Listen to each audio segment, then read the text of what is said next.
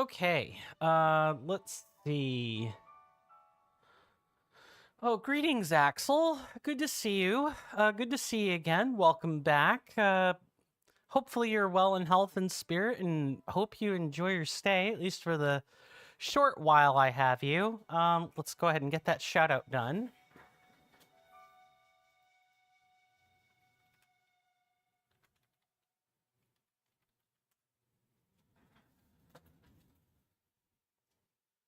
No problem. How have the Breath of the Wild streams been going for you? You've been really active in the streaming department. For those who don't know, please go check out Axel LPS. They've been streaming nothing but Breath of the Wild, and I'm sure their adventures are very scintillating to watch and titillating to look at. Unfortunately, I have not been able to do anything on that front. I've been very, very busy. So busy. And I'm still in catch-up mode, I guess is what I should say. I'm trying extra hard to get those Dragon Quest episodes caught up. Oh goodness. Today you were supposed to stream Breath of the Wild, but the game kept crashing. So you went to you went and played Link to the Past instead. I'm sorry you're experiencing that. The crashing Switch games are never fun, especially because there's really not anything you could do about it. I assume, do you have like a physical copy of the game or a digital copy of the game? Out of curiosity, a digital copy of the game. That would make some sense. Okay. Yeah, I could certainly see why there's crashing.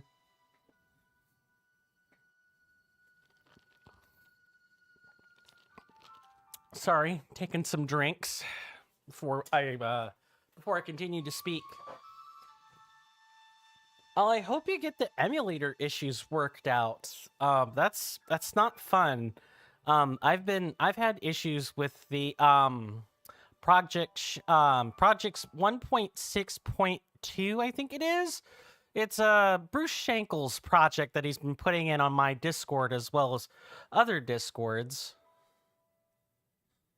Well, the game is already kind of heavy for your computer, so this and streaming and Discord is sometimes too much. Yeah, I hear you on that one. Yeah, streaming on one PC is generally not the greatest, but it's what most of us here can afford, so that's what we work toward. And I feel like today your PC was a bit tired. When was the last time you defragged it or otherwise like cleaned out useless files? If you don't mind my asking.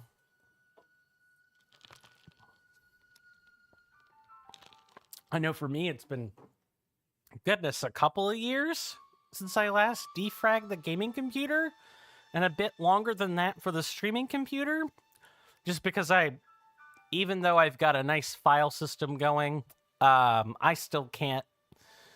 I don't have like a external storage drive that I can put all my stuff in, so I can successfully defrag these computers. Well, it's been a new PC, though you didn't turn it off since yesterday, so maybe that's why. I don't think so. And generally, turning off your computer like repeatedly over the course of a month will actually warp your motherboard if you continue to do it. Laptop, desktop, doesn't really matter. You don't want to turn the thing off until unless you've got to, or you need to like clean it or something. Basically, the computers probably run really hot, right? Like the internal temperature is up there. Think of all the electricity and stuff coursing through the machine. And if the motherboard is constantly being turned on and being turned off, that can over time stretch or warp parts of the motherboard, which if parts of the motherboard are being warped and the right section of it is warped, you can just break your computer. Yeah, it's one of those. If you've ever heard a parent say, turn that computer off, don't like, or you know, maybe you should clean it, blah, blah, blah. What many people don't know is that the physics of the thing sometimes makes that very much a bad idea. Granted, motherboards and computer parts are supposed to have tolerances, so leaving it on for long periods or turning it off for a short time shouldn't kill it. It shouldn't warp it significantly just from doing it once. It's the idea that if you're doing it repeatedly, you're repeatedly turning on and turning off the computer, that will definitely, over time, brick your computer. Which, if you're running like a cheap laptop / office computer, okay, whatever. But if you've got like a $1,000, $1,500, or $2,500 computer like I have, I happen to have $4,000 of computer equipment just sitting right in front of me. It is not a good idea to be turning that stuff on and off willy-nilly. Yeah, my gaming computer is roughly like the whole setup was like $2,800 US. And the streaming computer was a gift, but my dad spent approximately $1,500 US to get it. So $4,300 of computer equipment, not counting peripherals, monitors, and so on, means I want to take damn good care of these puppies. Because if I lose them, I don't have the income to replace them. Period. And that would suck for everybody. So really long text box later, my basic point is just cherish your computer equipment. Definitely do more research. Don't just rely on things I'm telling you, but be careful. Even if it's a fairly cheap computer, if you cherish it and like treasure it, then or you just don't have a decent income to afford the computer, well, might want to be a touch careful. That's all I'm saying. Your gaming computer is €800 in 2019. It's actually 5 years old now, but it was totally reset. Gotcha. So refurbished. But you can't afford a new one anytime soon either. Fair enough. Yeah, spoken with nothing but love. I'm not trying to lecture or anything. We're all adults here. And I see someone talking about shutting the computer down. I want to make sure I've said, be careful with that. You could brick your computer by doing that too much. Next week, Breath of the Wild's going to work better. Fingers crossed, right? Fingers crossed it'll work a whole lot better for you. How's your progress in Breath of the Wild been going? About what region are you up to, Axel? If and you don't mind my asking. And don't worry about spoilers. This is the revisit. If this were first time playthrough, I wouldn't ask. But this is the revisit.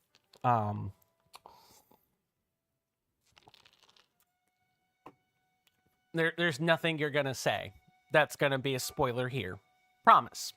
While you're giving me whatever update you deem is necessary for your progress, we're gonna go ahead and thank today's subscribers and patrons.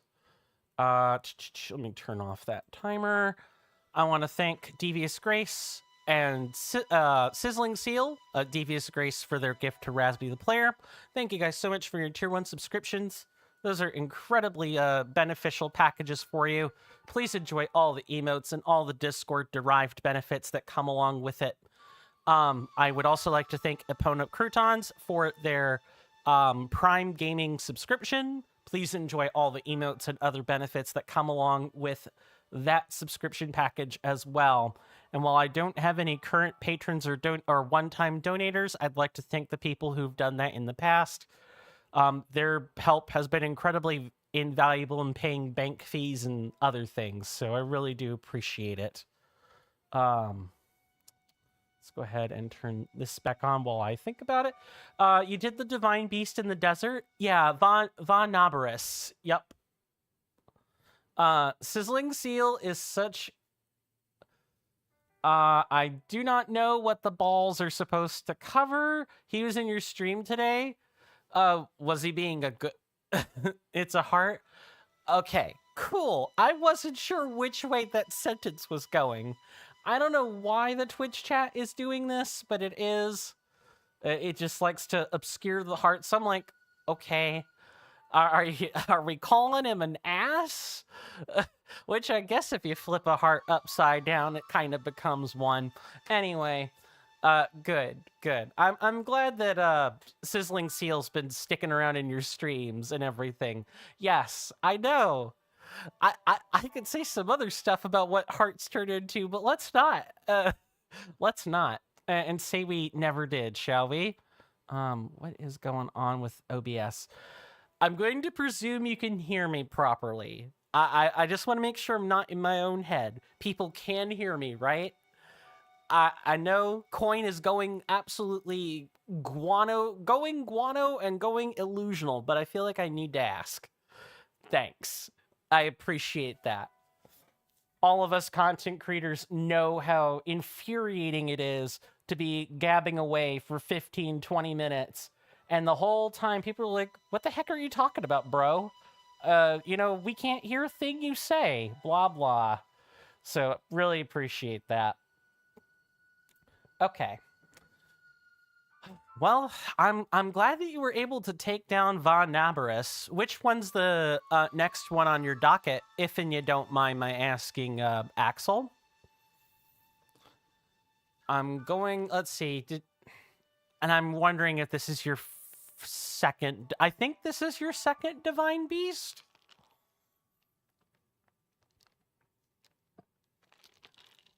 I might have to get up and get drinks shortly. We'll see.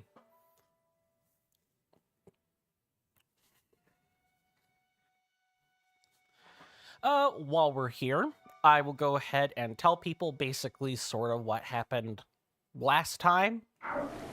We had a very special episode last time. We met a nice spirit.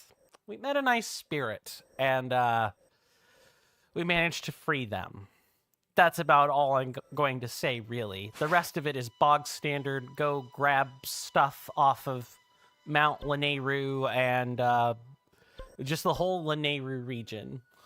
Well, you don't know. You tried going to the one near the volcano, but you're not equipped to resist the intense heat and flames. Yes, so for that area in specific, you'll want food that resists heat. It's different than being... I don't know if you've encountered this yet. There's like two different effects for flame. There's the temperature one and the fire damage one. You'll want the heat-proof one, and then eventually, as soon as you get toward the back where the actual Goron people are, you'll be able to buy the necessary equipment to, like, navigate the rest of that. But you don't go to Death Mountain. Yeah, you don't want to go to Death Mountain without equipment, or food is what I'm trying to say. Well, hopefully not spoiling a whole bunch. Temperature you're fine with, but you get in flames, yeah. And lava is a no-go until you get further into the region. So you're getting to the... You'll think you'll go to the other one? Which other one do you have left?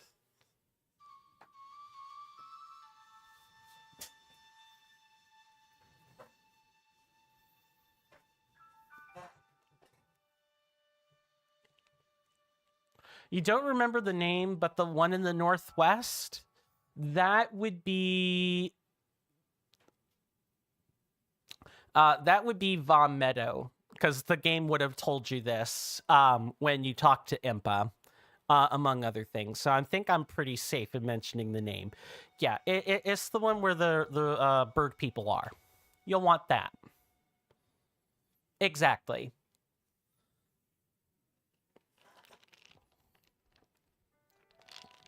The journey for that one isn't quite as bad, but you will want, once you see the temperature shifts, you'll want to prepare accordingly.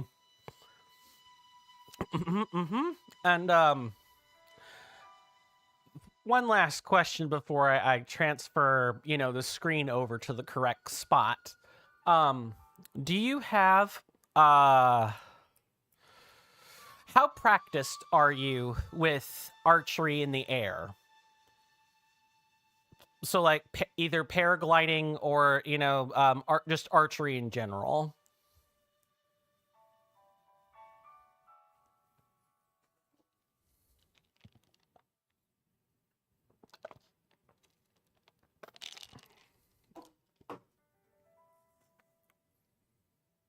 I don't know. Fair enough. That's about all I'll say. Just play around with the archery, I guess, is my final bit of advice to you. Just fiddle around with that, and hopefully that will help you deal with what's to come. Okay. No problem. And I think I've minimized whatever spoiler I just said. So sorry. I'm gonna go ahead and transition screens. Let me make sure I look. All right, I will go. Enjoy your stream. Thank you, Axel. And thank you for stopping by again. I really do appreciate it. It means a lot. Good luck with the Breath of the Wild, although I sincerely hope you don't need it. And with that, I'm going to give a more detailed recap now. So last time, we basically more or less started going back through the Great Fairy Fountain region, and dealt with the stuff in the Thalian Highlands. We killed a Hinox and a Lionel. We defeated both of those. We also grabbed the entirety of the climbing gear, as well as we finally set Nadra free. She was a Malice Nadra, and now she's a regular Nadra now. Cool, great, awesome. All that fun stuff. Well, what are we going to do now, ladies and gentlemen? Well, we gotta... Just going to adjust these things over. What we're going to do now is... I need to set these things accordingly.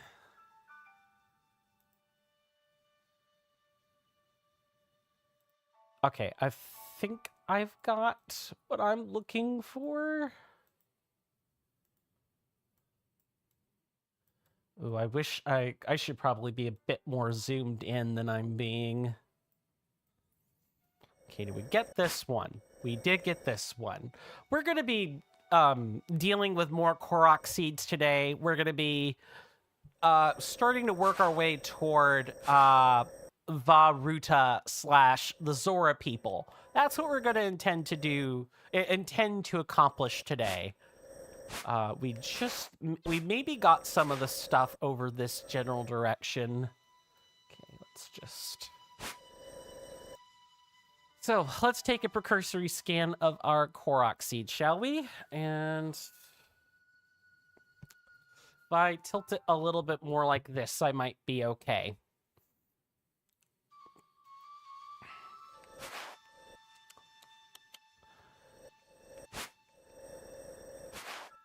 I'm trying to figure out where to get a good start from. I'm pretty sure it's going to be on Lanayru Mountain itself.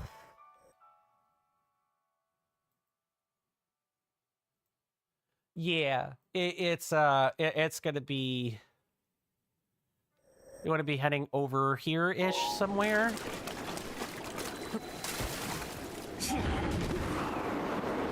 I do want to apologize for the missed streams that last week. I had issues ranging from content creation problems to, my right eye acting up. It seems to have died down now, but I do need to make sure I'm drinking a bit more water than I normally am, and also make sure that, I just don't spend that much time on the computer. I'm pretty sure what triggered the right eye acting up was just spending 11 plus hours editing. I really wanted to push out an episode I was already 2 days behind on. Speaking of which, if you guys want to, let me just make sure I'm going the correct way. It's probably this way. If you guys like Let's Plays in general, I think this might be the correct one here. All right.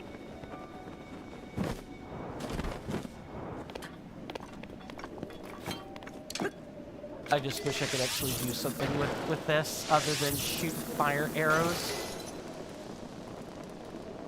Oh, you know what I could do is I could build up a fire and light it manually.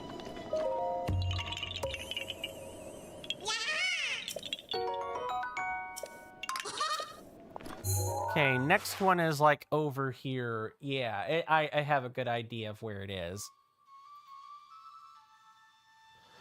We're gonna try our technique of, we can even see the ice block for it. We're gonna try the technique of building up a wooden fire, because I think we've got the inventory for it. We need the flint, which I'm pretty sure we have access to. Yeah, we've got the flint. Okay. Cool. I heard that. Hello.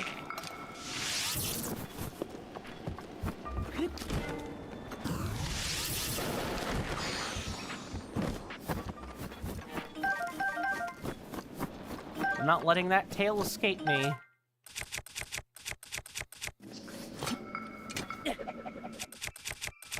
And eventually, while we're up here, we'll probably replace our weapons as well. Hopefully everybody is doing all right.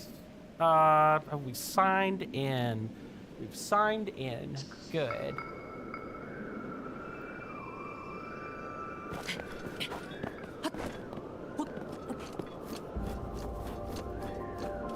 Oh, is that a Nadra nearby? Or, yeah, Nadra. I think it is. Unfortunately, I am not particularly interested in what Nadra has at the moment.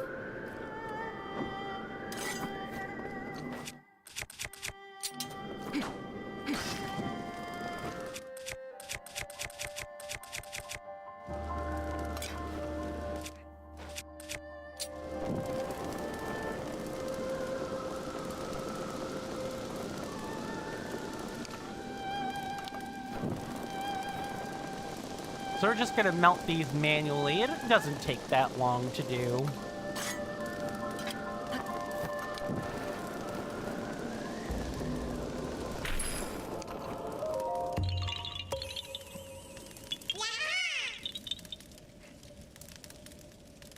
Yeah, if I sit here like this, I'm fine. It's if I tilt over this way that, no, I found a position. Good.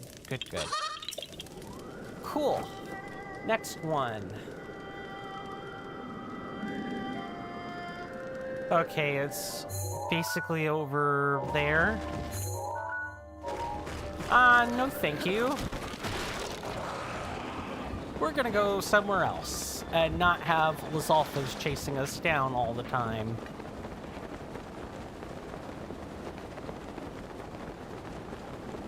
And then after that, we can start through the, process of going through the Lanayru wetlands and Great Spring area, which will be pretty fun.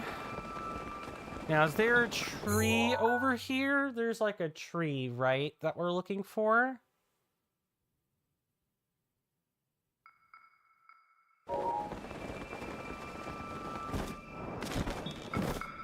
No. There's something I'm looking for.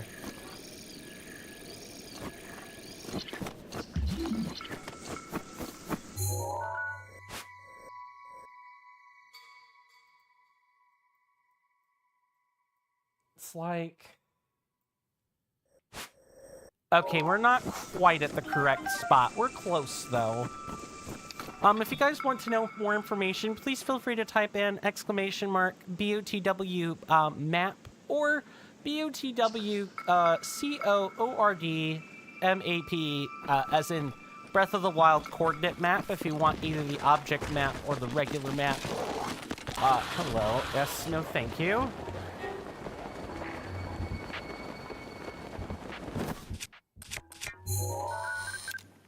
Cold-footed wolf. Wolf. Woof woof, I guess. Let's find what we're looking for here. I think we got it right here, ladies and gentlemen.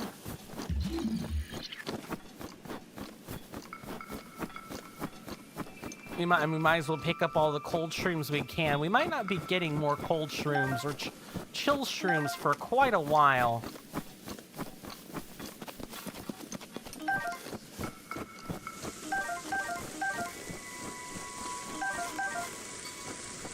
Okay, got that. Let's go grab this rock and put it in the ring. I did post a video recently on my YouTube channel, youtube.com/swirlingvortex09. I recently posted episode 20 of the Dragon Quest Let's Play. So if you guys like JRPGs, especially long-winded JRPGs like that one, I think you guys are going to love it. Please go and check out that series, and please share the channels or that video. Both really help my case an incredible amount. Okay, pretty sure...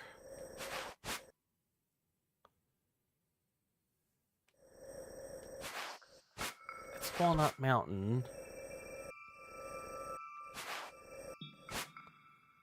Let's see, what is this one?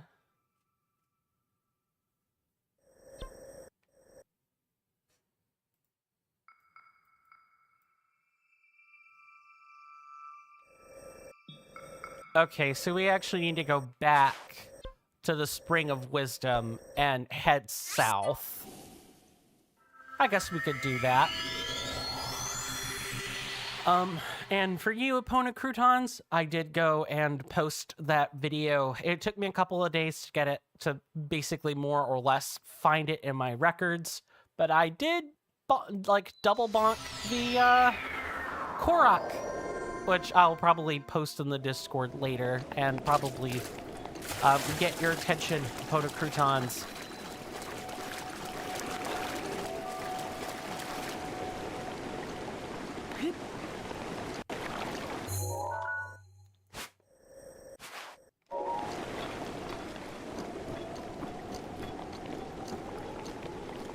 Let's see, it's south of here? Yeah, it's like south-southwest. Let's go.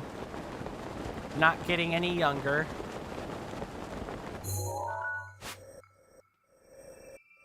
It's like...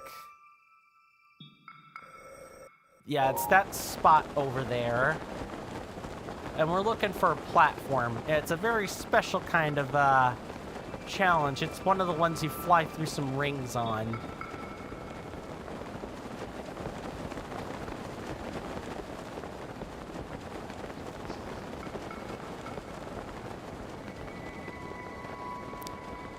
Let's see, what can I talk about? Here it is. I thought it was further on than it was. All right, let's wait.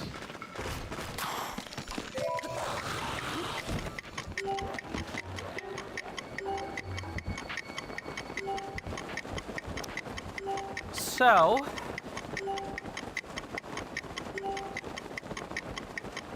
sorry, I want to make sure I'm not missing something.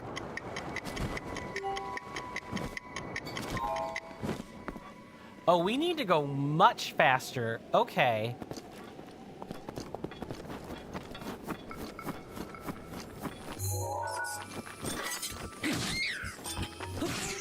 All right. I guess we're gonna need to figure that out, huh, chat? Sorry, I've recently been hearing that people don't like it when basically now it's to a point where just mentioning a chat or an audience altogether is de-immersifying, or it completely breaks with like traditional social convention. So I've been advised through reading stuff on the internet that you should just not allude to a group of people at all. Which makes me very upset. But that's life. Sensibilities change. People grow. People change. Things regress, progress, and go sideways. That's life.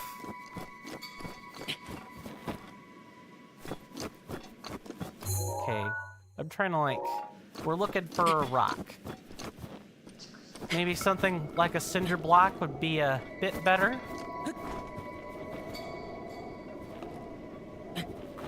It's too steep, so it's forcing me to climb.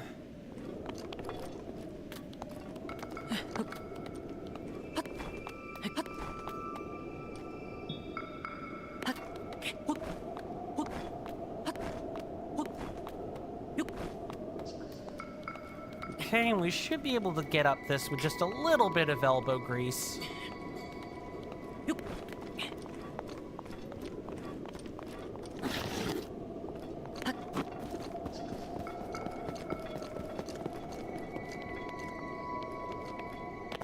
Okay, we need to find this. It's not here. It's... No, it is here. It's... Okay. Sorry, I have not streamed in a while. I feel like I've lost some of my mojo today. What do you guys think about the whole not referring to chat at all type deal? Is that like a deal breaker for you? Or is that one of those meh, I could care less, or no, I like it when people refer to our collective as chat? It's food for thought. I personally don't care.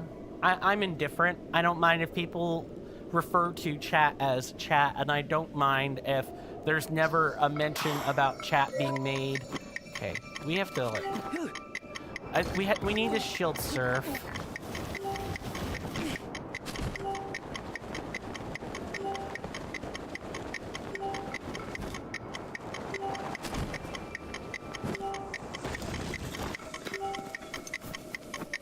Oh, that's just not good enough. Okay, that is just not good enough. We need a movement speed buff. I believe we have one in storage. We could use to help us out. Right?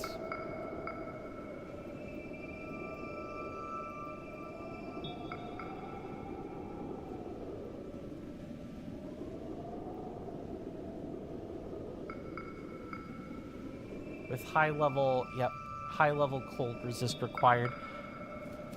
Let me make sure I'm not using an expensive shield to shield surf with.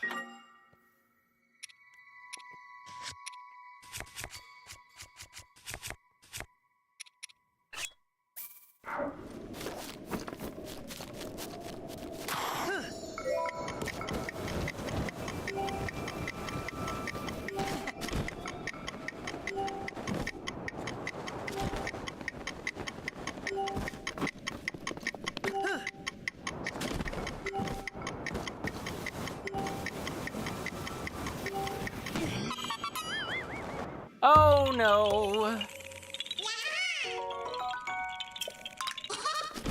Quickly paraglide down.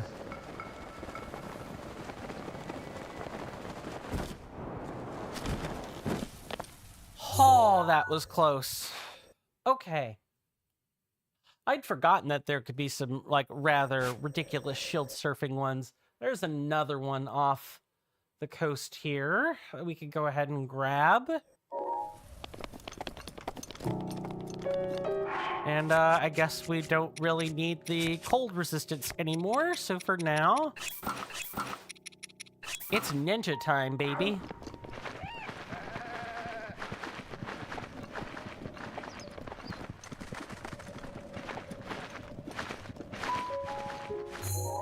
It's like over...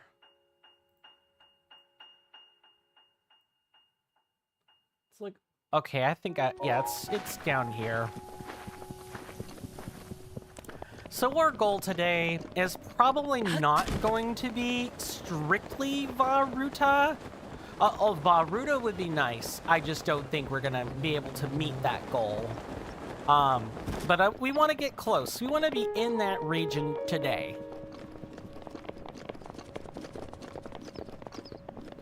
Okay, we just push one of these boulders. And that ought to do it.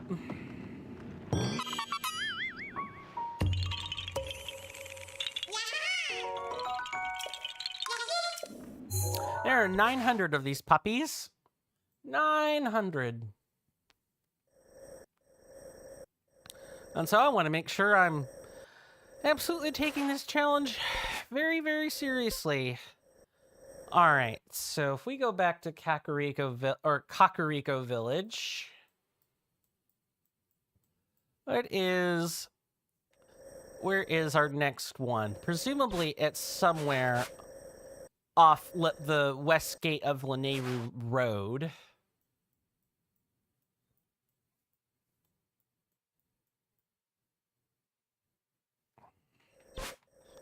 This one here. Yeah, that one there.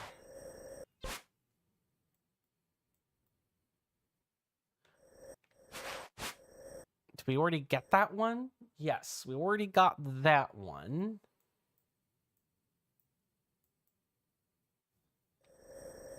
Okay, we basically don't have we don't have that one to deal with. Let's see, what's on Quatta's shelf? If anything. Looks like nothing. Okay, so what it sounds like is we're off to get the stuff on Rabia Plain.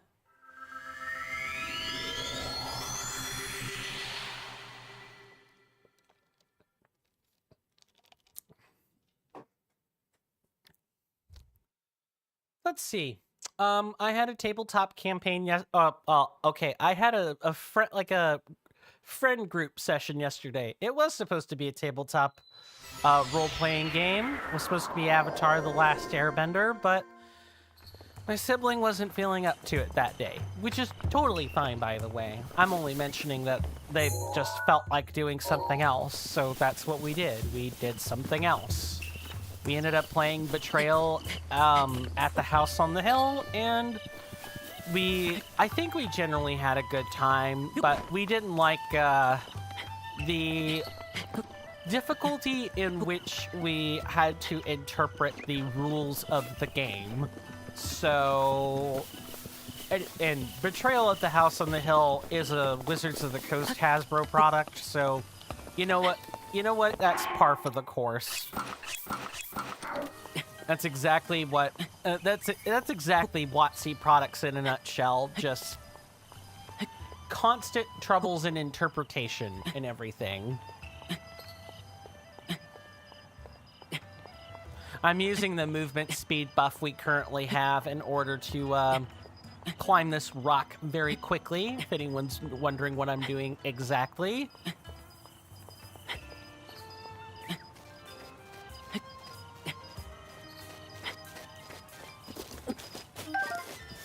Yay! Now we could probably put on the clothing I actually like wearing. And don't worry, I don't actually have a thing for ninjas. Not, like, offhand anyway. It's more of a... I just happen to really like the Sheikah armor in particular. Hey there, Sizzling Seal. Welcome to the stream. Good to see ya. Hopefully you are well in health and spirits. Hope you enjoy your stay. Let's get that shout-out rolling.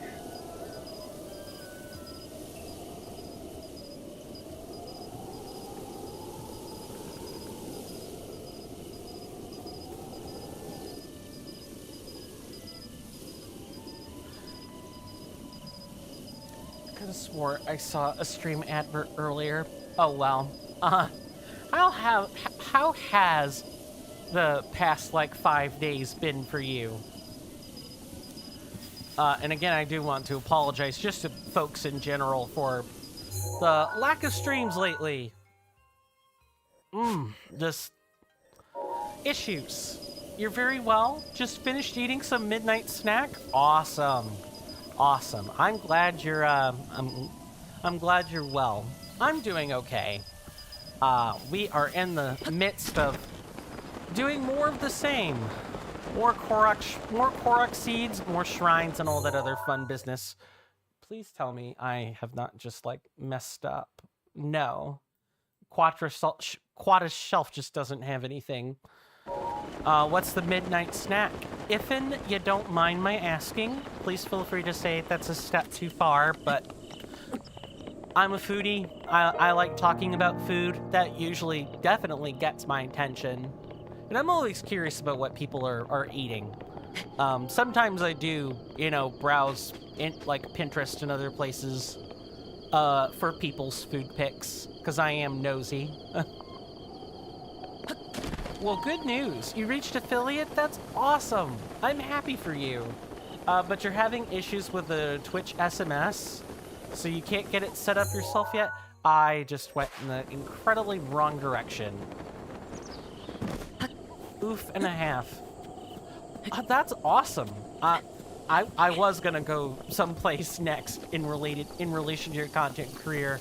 Promise. Just the midnight snack had my attention. Just a beef shawarma. I'm sorry. Shawarma? Oh, my friends have talked about these before. It's a hard word for me to get my mouth around. Sounds good. Especially the midnight beef roll-up. That's amazing.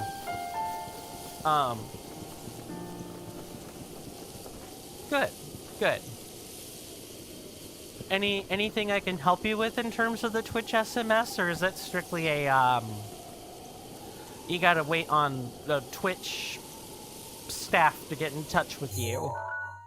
So on and so on. I don't know why I'm having such a hard time with this. I really do just get off the shelf as soon as I've reached the end of the shelf. It's been 5 days, guys, since I've last had a stream. Forgive me if I'm rusty or not the most practiced at commentary. Streaming really is a muscle. It's something you kind of have to keep exercised, or you lose it. And especially if you've got social anxieties or other things. Chatting in a free-form environment can be challenging.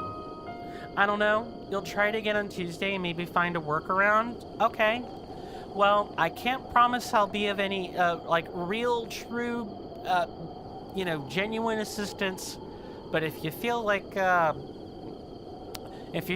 posting some pictures or a general question my direction, I have no problems helping you make assessments on things. I'm more than happy to help people out. Just be forewarned. I cannot guarantee that I will have solutions to what ails you, but at least I will be an ear upon which for you to vent should you need it. I tell pretty much everybody that. I'm not everyone. I'm not a therapist. I'm not a psychologist. I'm not a tech guru. I'm not some expert. Or anything like that, but there's nothing wrong with two humans putting their heads together trying to solve problems. And sometimes it's really all people need is just an extra perspective they didn't have before. Or, you know, again, just a receptacle for, you know, pent-up frustration. You're welcome, Sizzling Seal. No problem. There was something on the internet that I had the good fortune of reading and watching a short clip on years ago. And there was this man who made an allegory or a comparison between humans and garbage trucks. He basically said, humans are like garbage trucks. As we live our lives on the day-to-day, week-to-week, and so on, we accumulate stress. We build it up. We put it on our back. We carry it around for a while. And eventually, whether it be someone or something,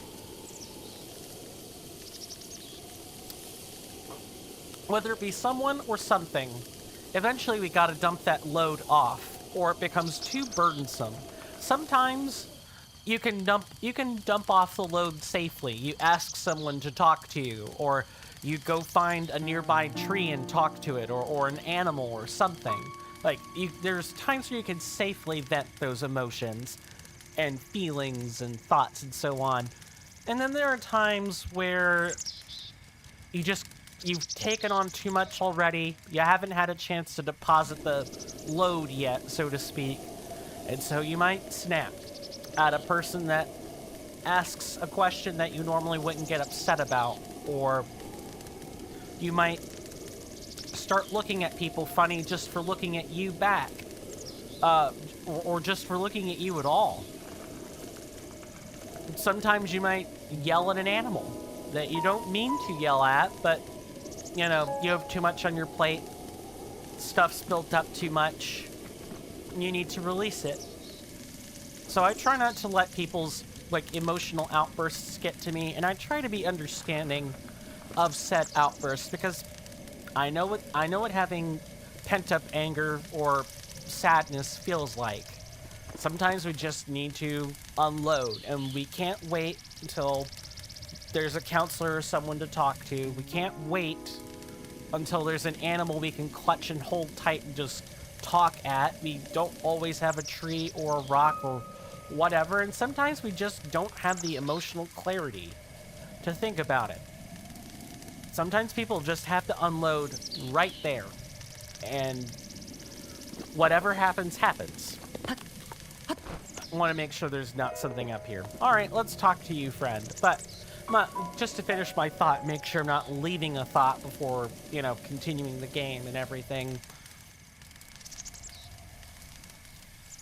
Humans being garbage trucks doesn't excuse shitty behavior. It never does. I just want to make that abundantly clear.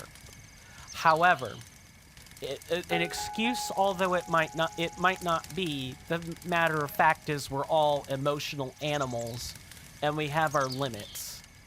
So the next time you see someone, erupt out of anger over nothing, maybe consider if that person's had a bad day, and maybe try not to hold it too much against them.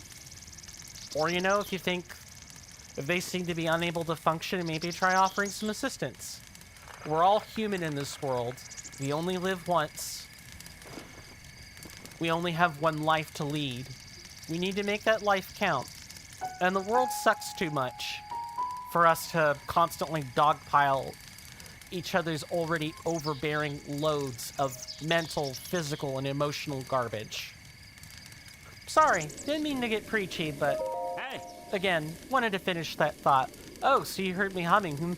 To be honest, Eric, with a Y, and a K, and a C?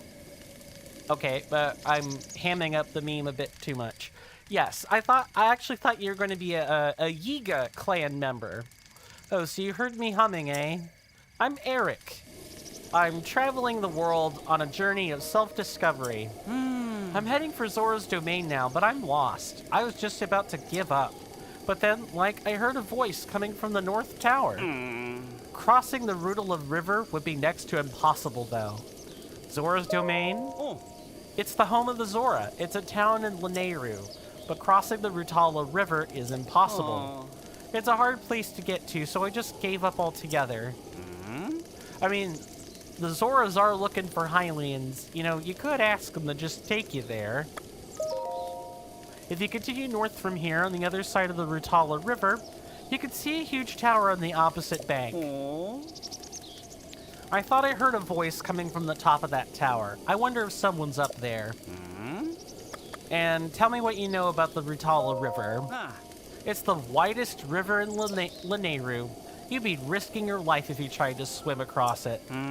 If you wanted to go north of it, you'll have to walk patiently to Lineback Island in the east so you could circumvent it. No, goodbye. See ya. Oh, so it's opposite the rock clearing. Okay, got it.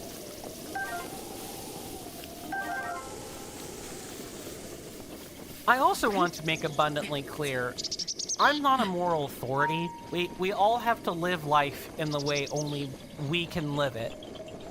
I can't tell someone, you know, here in the US or across the sea. Thank you, Eric, with a Y and a K. Yes, thanks be to Eric indeed. And you know what I just realized? We have very limited ammunition to clear an archery challenge, so this is gonna be Lionel bow time. I'm not a moral authority. We all have to live our life as only we can. I can't tell someone here in the US or someone over in Sri Lanka or Ethiopia. Thank you. Appreciate that. How to live life. So, anything that I wax on from talking about morals, values, or philosophy only goes so far. And please don't hold me liable for information or advice I choose to hand out freely. That's really my only request is, this is my stream, this is my soapbox. I only have one. Well, I guess that's not quite true. I have 2 soapboxes if we count YouTube, but still, where's the second? Is it just a rock? I see a rock up there. Please let me know if I start getting all offensive. Call me out. I don't mind. Nobody can grow if we don't learn from our mistakes. Although even then, mistakes have limits. In the interest of not getting too political, let me also just say, having autism is not an excuse for doing controversial hand gestures in which you can't really ever clear up misconceptions around. Don't let someone give you excuses over stuff like that. I hear Cass. Where's Cass?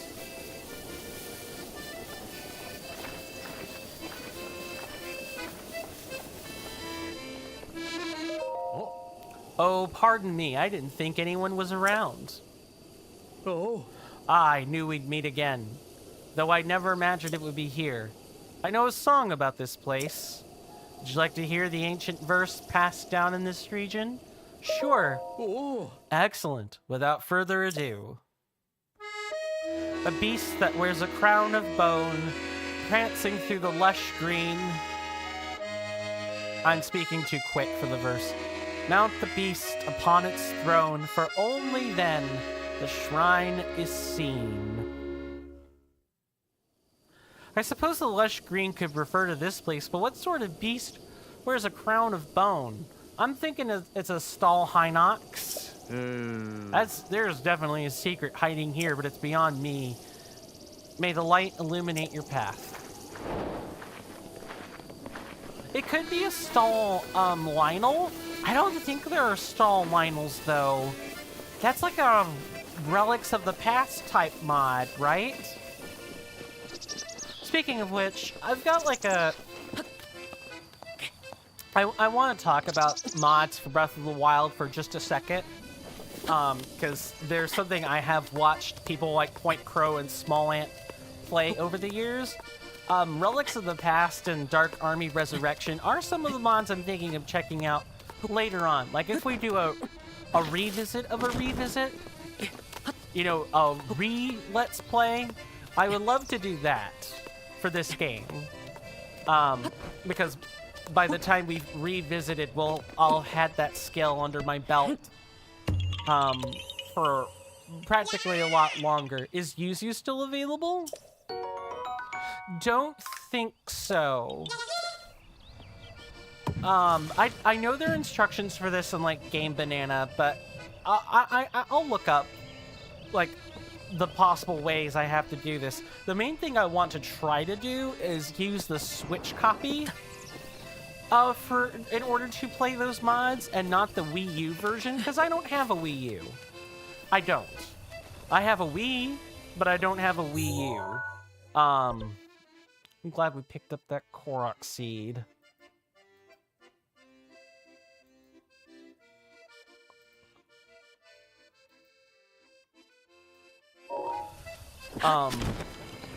But I know there are a number of either Switch emulators or Wii U emulators that will probably work. Yeah, I want to hear the verse again. I need to pay better attention. Oh.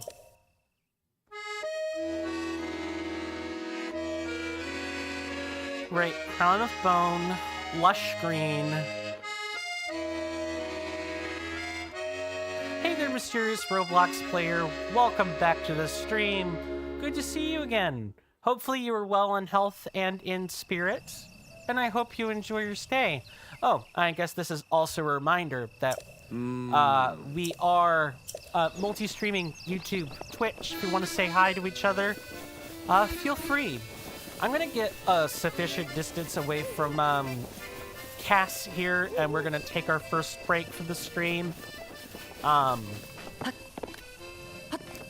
If you guys like this content and you hadn't done so already, please consider following on Twitch or subscribing on YouTube. Those are free, easy methods for helping the channel grow. Share the channel, share the VOD, so on and so forth.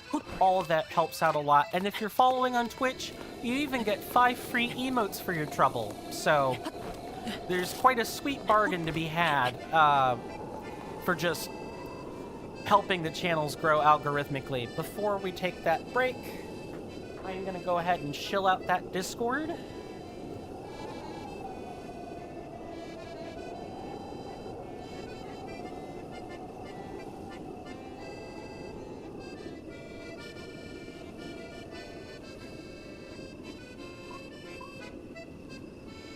It's a pretty quiet community, but I'm always working to change that little by little, day by day. We've got 25 members. That's pretty solid for a really small Discord. We share pictures. We chat in the general chat room. I post my thumbnails there. I even store information for my commands on the Discord, and I have the Google Calendar for the streaming schedule right there on the Discord. Please feel free to go check that out. It's free. The onboarding is automatic. You won't regret it. And you know, if you don't like the Discord server, you can either leave or mute it or what have you. That's totally fine. I'm part of, I guess I'd say somewhere around 50 different Discord servers, and I mute about a third of them because I'm not an active participant, or they're Discords that I never intend on posting in. They're just for me to keep an eye on things, like mod developments and the like. Anyway, enough shilling about the Discord. I've shilled about everything else. You guys know the spiel, but since it's the bottom of the hour, we take 3-minute breaks, and there will be 3 minutes of ads for people on Twitch. It's to help with the pre-roll. If I could not run any ads, I wouldn't at all. And of course, if you got a subscription on Twitch, you can annul all of those ads, and I still get the revenue for them. That said, if I didn't have to run ads, I wouldn't. But I got to. Insert content creator dilemmas and woes here. Anyway, we're going to go ahead and take this break. And with that, cheers. Be with you guys after those 3 minutes. Thanks.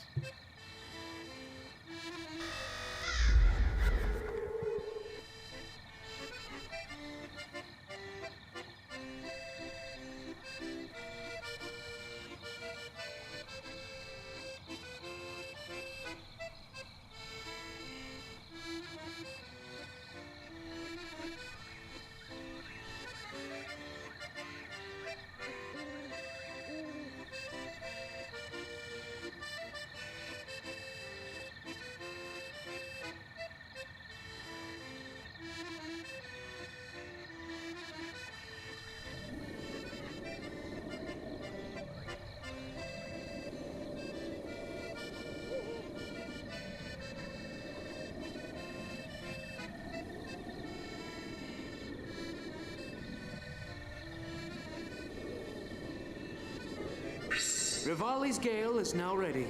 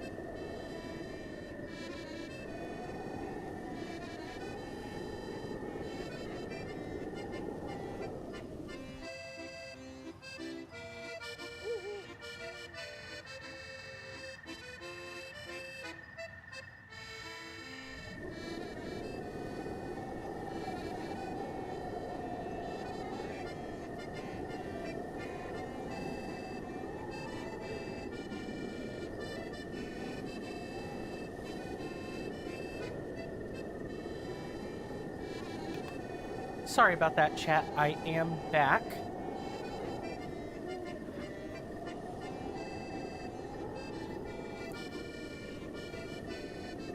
Rivali's gale is now ready. Mysterious Roblox player, you have reminded me that I should get on top of those soundboard redemptions. So thank you for that. Yeah, I can imagine Rivali's gale was indeed ready during the intermission. Now, chat, I got something I need to do, and that's eat. So, I have a snack with me. I don't intend on having my mic open while I'm eating, so I am gonna close it. Feel free to ask me all kinds of questions, whatever you want, really. Because my mic is going to be muted while I'm eating the snack.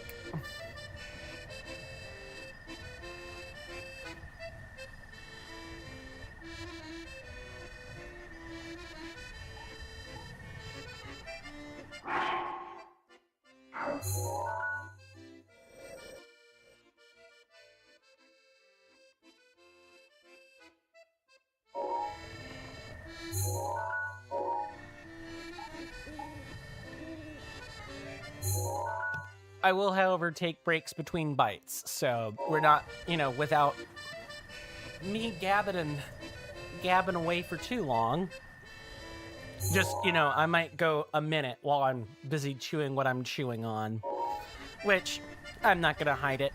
It's an oatmeal cream pie. I just have not eaten, I had breakfast this morning, which was great, right before I got ready to do content editing today. That said, it's 2 o'clock. I gotta have something to keep the tankard going. Not too much, though, or I get sleepy. Anyone else get like that, where they eat a certain amount of food and they're fine, but eat more than that and they get extra sleepy? I need to go way over here.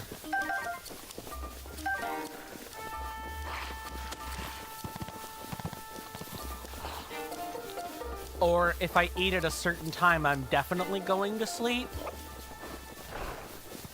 For me, that time is usually like 7 o'clock. If I eat at exactly 7 o'clock or within 15 minutes of it being 7, I'm going to sleep real quick.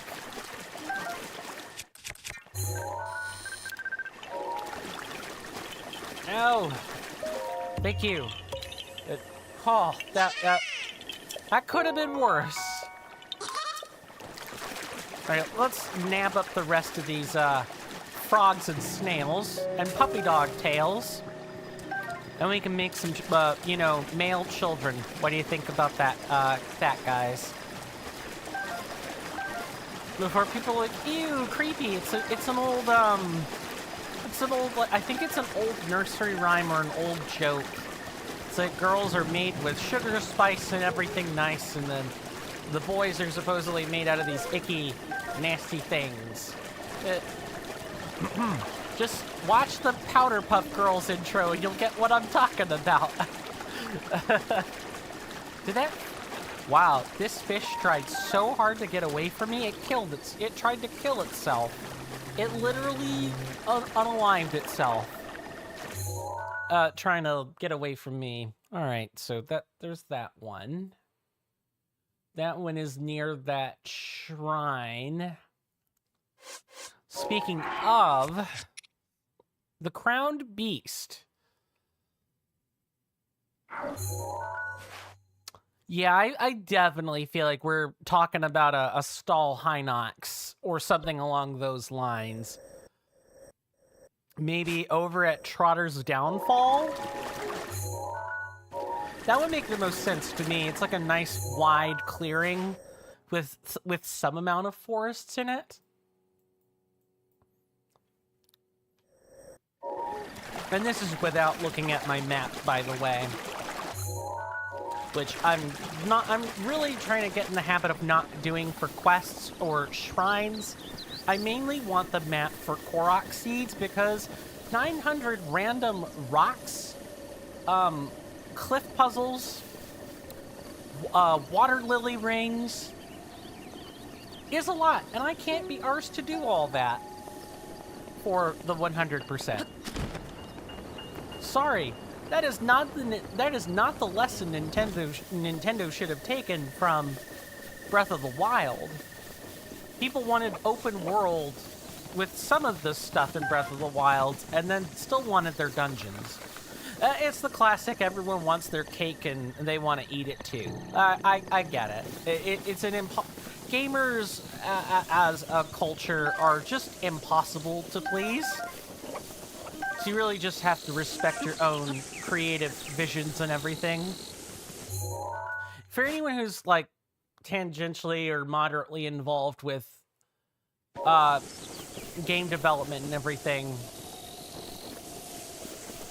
just bear in mind, you have a really, really hard to please crowd. A really hard to please crowd.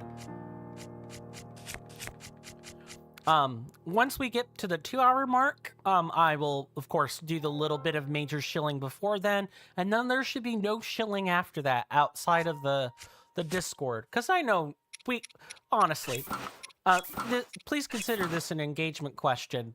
How many of you actually like it when a streamer or a content creator says, you know, if you feel like cutting out the ads or you feel like financially, you know, contributing to my welfare and well-being, you know, consider this Twitch subscription or whatever. Does anyone actually seriously like that beyond, oh, just this is how the job is?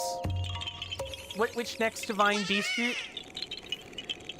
Which divine beast are you gonna do next? Today was not a good day for me to be speaking English, apparently. Our next divine beast is gonna be Varuta, which I know is here. However, it's gonna be a couple of episodes before we really get that all worked out, all involved in everything. But our goal is Varuta. Now that we actually have Rivali's Gale, we can kind of do the divine beasts in any order we wish. And I'm gonna probably tackle Va Ruta next. After that, we're gonna start exploring some of the regions we've missed, and we're going to eventually tackle Va Nabaris. I think I have decided that Va Rudania is going to be the last divine beast, just because it's different. It's a different order. It's a different way of doing things. I've seen most people tackle Va Ruda and Va Meadow, and then there's a 50-50 of, oh, they do Va Rudania next, leaving Va Nabaris until last, and then there's it's the other one. Va Naburis, excuse me. Gay Nabaris. Oh, well, maybe Naburis was a gay person. Sorry, quip aside, yes, please feel free to skewer me for the pronunciations. It is Naburis, isn't it? There's like an extra O. Is that correct? I know people have to be internally screaming right now because of the way I say certain things. What was it? Was it 2 streams ago? I think it was 2 streams ago where I said something really weird, or said something in a really weird way, and I'm pretty sure my moderator got like viscerally upset with me over it. What am I doing? I think we're gonna, yeah, I'm gonna go ahead and mark Trotter's downfall and start making our way toward that. Just, were you just curious about our path of progression, mysterious Roblox player, or were you going to go somewhere specific with that question regarding the divine beasts and everything? Also, we definitely don't need climbing gear while we're running up this way. So I guess to kind of like tangentially answer maybe some other questions that have gone unspoken, this is not a I have everything planned out to the nth degree type of stream. Sometimes I'm like that, like with the Elden Ring series. When I was doing Elden Ring Reforged, I definitely planned that out much further in advance. Like, I had a scout file and everything. I knew where I wanted to go. I knew about which bosses I could handle, and it was just a matter of, was my skill with me that day or not? Am I doing Va Rudania last? Yes. Just as a change of pace for the most part. Because in my first playthrough, or like my first attempt at playing through this game, I completed Va Rudania second. And didn't complete Va Meadow until until second to last. Or the third Divine Beast, excuse me. It was certainly an interesting way to play the game. I definitely prefer how I'm doing things now, though. I definitely prefer having Rivali's Gale, like, on standby for just for any task I want to do. It's a nice champion power to have. We can actually climb this thing? Alright. No, I don't want to do that.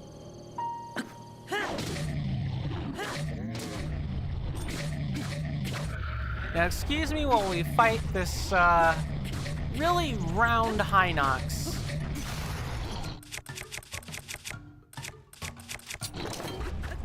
I gotta be careful. Oh. Yep, just get under here.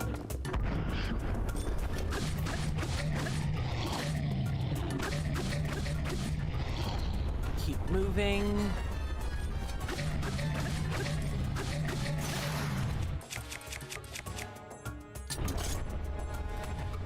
I hate when the camera does this. The camera is not the best. I would recommend you do Va Navarus last. Its boss is the hardest. Interesting. You're actually the first person to actually suggest that.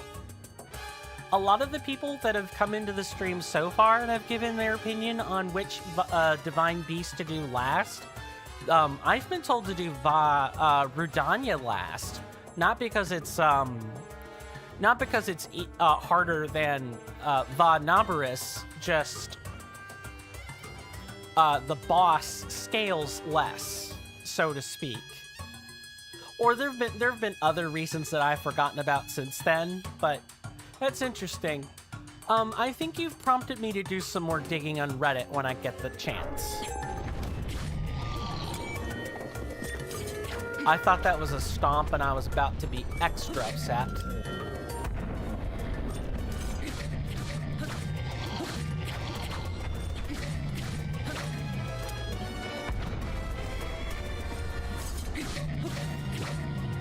So thank you for providing your perspective on that, mysterious Roblox player. Really appreciate it.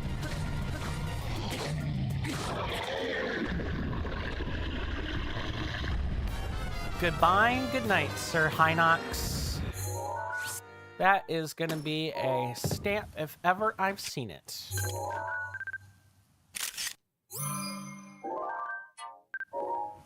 We really needed this stuff.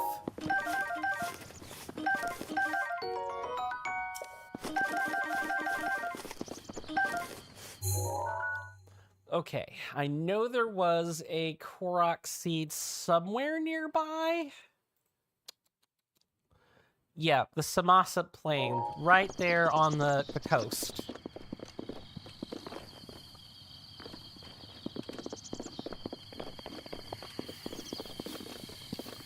So, I guess here's a question I can ask folks. What has been your most engaging moment with Breath of the Wild as a whole? What were you let me qualify that question.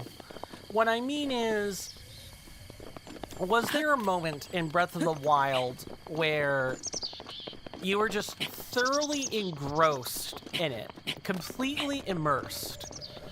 You were just in lockstep with what the game was asking you to do. That you were either enjoying what you were doing, or it's what I call a grinder's headspace, where it's like, I'm just kind of vegging out. For me, the time that I was thoroughly engrossed in this game would have been when I was completing the first DLC, the Trials of the Master Sword. I thoroughly enjoyed that challenge. It was hard. It was complicated. I spent a lot of time, making mistakes and wiping face, but I truly did enjoy the technical challenge that was that set of trials. Hello, is that what? I thought I took a picture of a traveler's shield. I could have swore I did. Okay, I mean, I'll take the free pictures, I guess.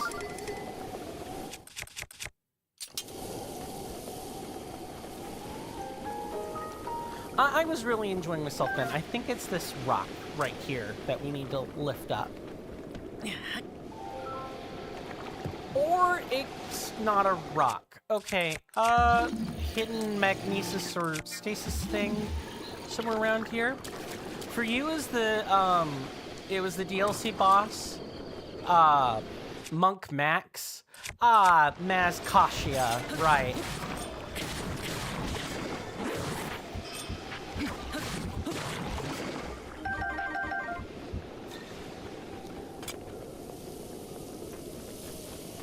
Yeah, the monk Mazkashia. And I'm gonna take it was enjoyable in the same sense as my example from earlier, where it was a really technically engrossing challenge.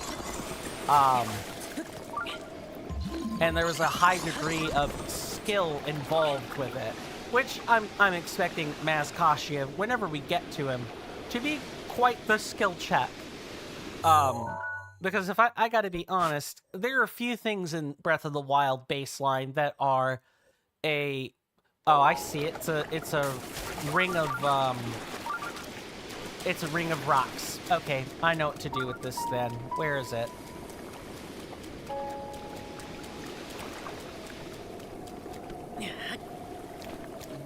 It's why I gravitate toward Dark Souls or Elden Ring challenge running so easily, is I enjoy the great deal of high-octane challenge that goes along with a game. It's why I enjoy those games so immensely, is because they aren't just easy street. I like being challenged.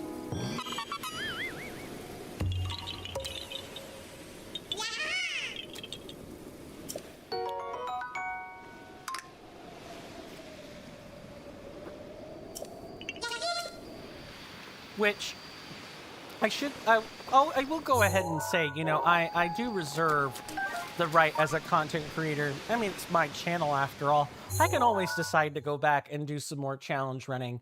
I am, however, fairly happy with doing this for everybody, and I do truly enjoy it. I don't have a reason to pivot to something else.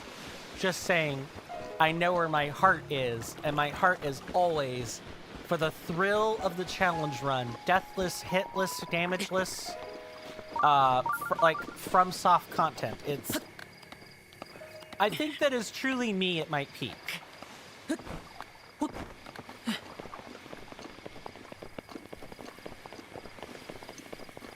So maybe after like a few projects have you know, come and gone. We've had Lies of P, we've had Steel Rising. Those are both Souls-like titles. We now have Breath of the Wild, which I intend to go through to completion on. And then maybe one or two other games. And I might think about doing the challenge runs again. After all, the Shadow of the Erd Tree DLC released, and since then, Elden Ring Reforged has come out with, you know, it is well on its way to being truly compatible with Shadow of the Erd Tree. And I've been meaning to go back and just play through it again. And if I do play through Shadow of the Erd Tree / Elden Ring again, I will probably pick back up on the Let's Play series for YouTube, because it's going to be tough to play. It's going to be tough to play Elden Ring and then stop to play a different game in entirety. I'm running around like a chicken with my head cut off. Let's not do that.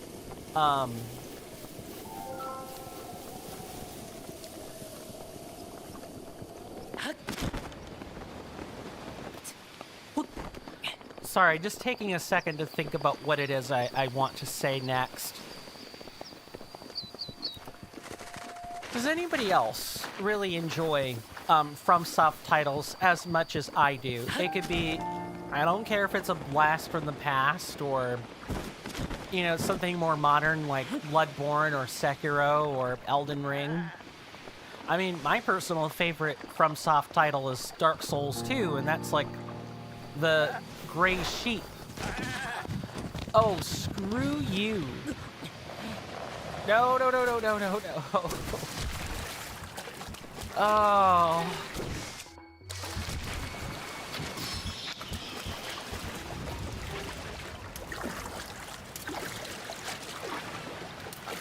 Yeah, I mean, Dark Souls 2 is the literal gray sheep of the franchise. It's not really well liked. And really, the thing I like about Dark Souls 2 is just, I like its story. I like that it is different.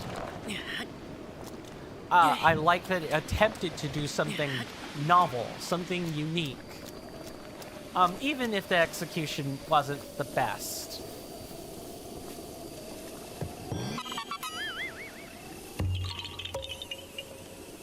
Gonna go ahead and take a second bite now.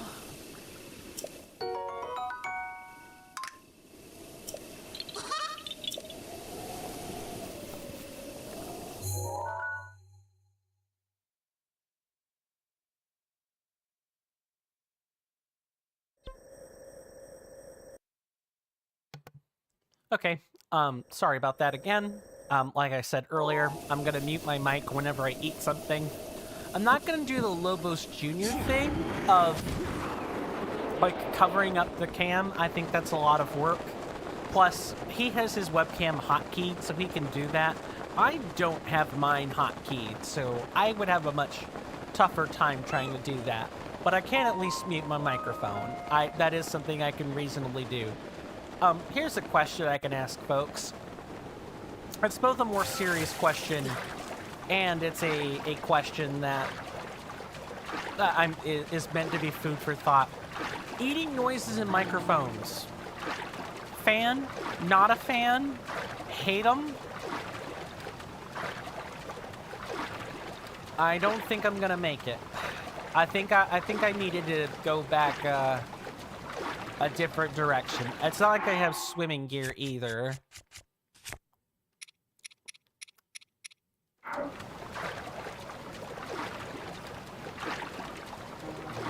For me, it kind of depends. If I know that streamer hasn't eaten that day or that content creator hasn't eaten, I can generally excuse it. I am very much a person that,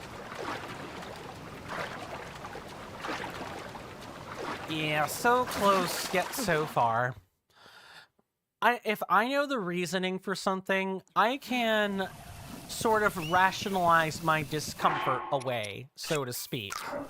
I'm not quite so bothered as if someone is just making the noises without explaining anything. I'm like, okay, well, yeah, if you're eating and you can't mute your mic for whatever reason, or you just choose not to, yeah, there's gonna be some eating noises. If there's too much of it, though, I will generally, you know, click away from the video. Like, I have limits.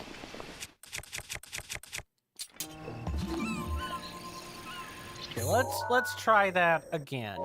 It's, what, over...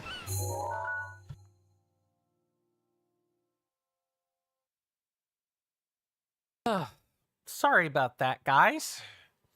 Didn't mean to have to mute the mic again quite so soon, but I didn't want to schnoz in your ear. I don't think that would be very fun.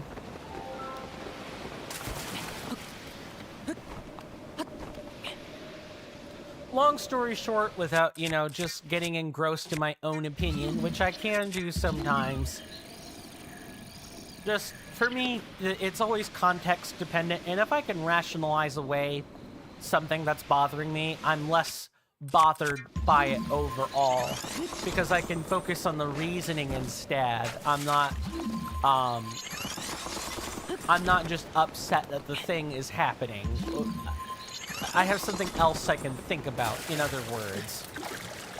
And for me, it's the reasoning. It's why something is happening. Knowing why makes me feel better.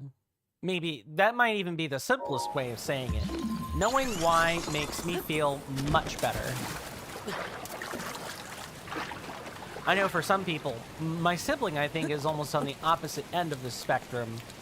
They're definitely more of the, okay, cool, great, thanks, don't care. It's still happening, it still bothers me. Stop it. Get help.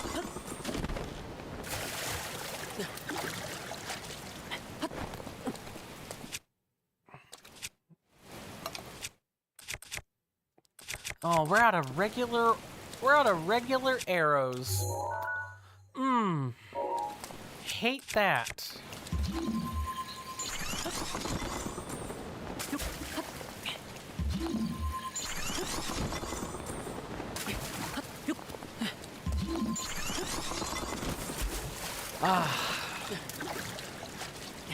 Sometimes I wish my controller inputs weren't being eaten up. I'll be mashing X, and if the timing's not right, well, looks like I'm not climbing that piece of ice, or whatever.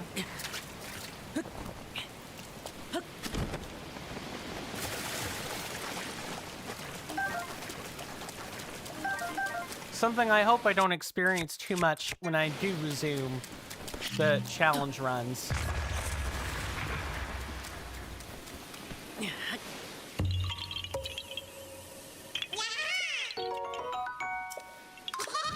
In other gaming news, is anyone familiar with a game called The Quinfall?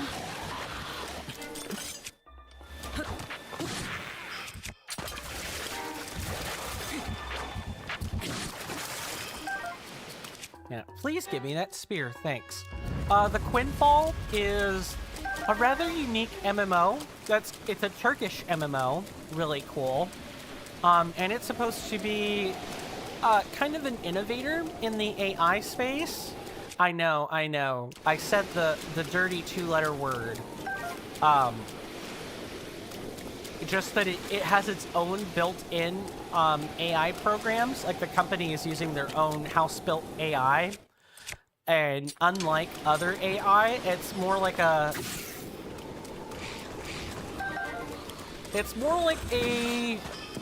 tool that is used to help them gather data on MMOs so they know what kinds of decisions to make.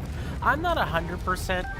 I don't remember 100% of what I was reading or watching, but there's this guy that is sometimes advertises to the same Discord space as I do.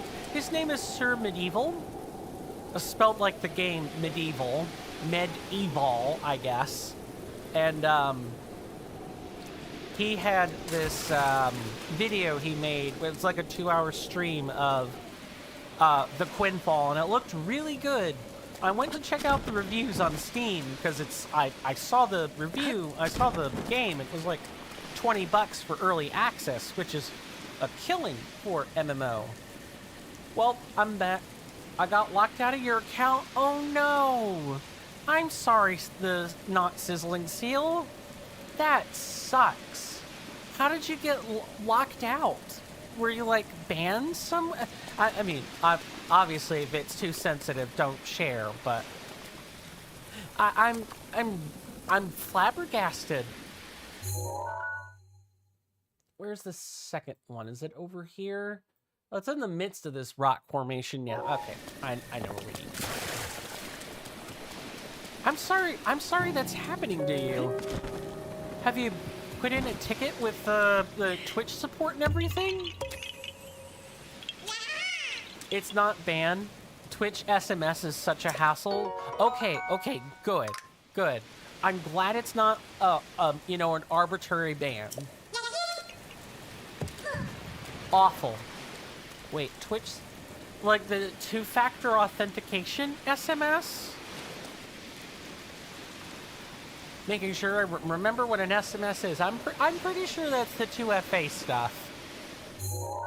I'm sorry. Yeah, their authenticator thingy. By chance, do you happen to use an app called Authy? AUTHY? And while you're answering that, I'm going to take another bite of snack here.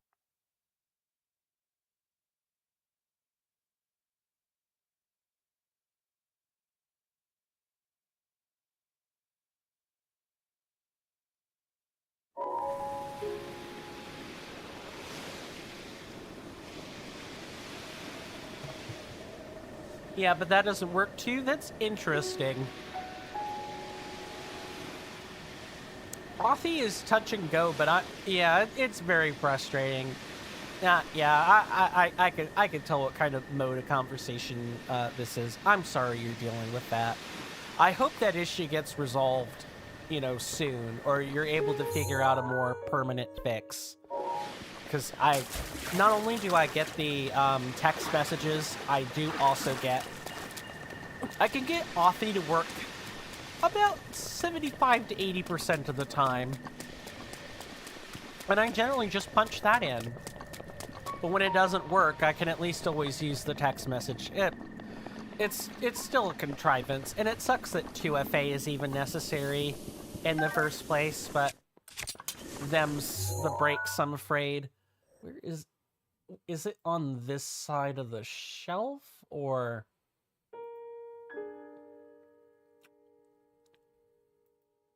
Okay, yeah, should be through here. Hello, Zombie Javi. Welcome to the stream. Thanks for your first time chat. Good to see you. Oh, that's just Nadra. Are you following me, Nadra? thanks for providing your, you know, regaling wins. It's just too bad I can't make use of them here.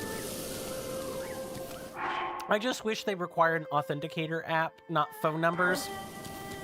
Me too, and thank you for the follow again. I'm sorry you even have to follow on that second account, but much appreciated. Hey, double follow, you know, not the way I wanted it, but I'll take it. But going back to Zombie Javi here, good to see you. Hopefully you're well in health and in spirit. Hope you enjoy your stay, and is that a 3-part pickle emote? Yep. Reckle pickle mid, reckle pickle right. Okay. Your face cam is so far away from chat, making me scan all the way to the left to see your happy face. Sorry, it's just the spot that I can put it, because the chat display is twice or even 3 times as long as the webcam. I have no way to put them on the same side of the screen without covering up useful information. So I just kind of have to make do. The only other thing I can do is either nix the chat display, which we're multi-streaming, so I would really rather not do that, or my face, which I can do, but then all the qualms of needing to entertain without a face cam also come into play. So that sucks. How did you find me, Zombie Javi? If you don't mind my asking, I always like knowing where people come from, because I like seeing how the algorithm works more than anything.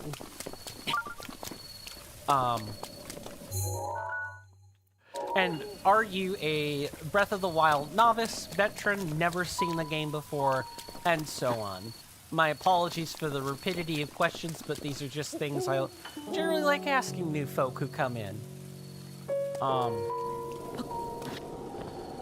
Going back to what Not Sizzling Seal was saying about the authenticator app, I have an app. I have them send me the mobile numbers and everything. That's just what you gotta do to comply. You avoid the algorithm altogether? Fair enough. You found me the good old way through the game category? You check in on the smaller streams? That is awesome. Thank you so much for checking out the categories and finding me today. I really appreciate it. And thank you for answering that question too. I know that can be a little bit off-putting for people. I have had people whisper me they don't like those sorts of questions, so thank you again for both of those things. Gonna mute my mic one more time while I finish eating.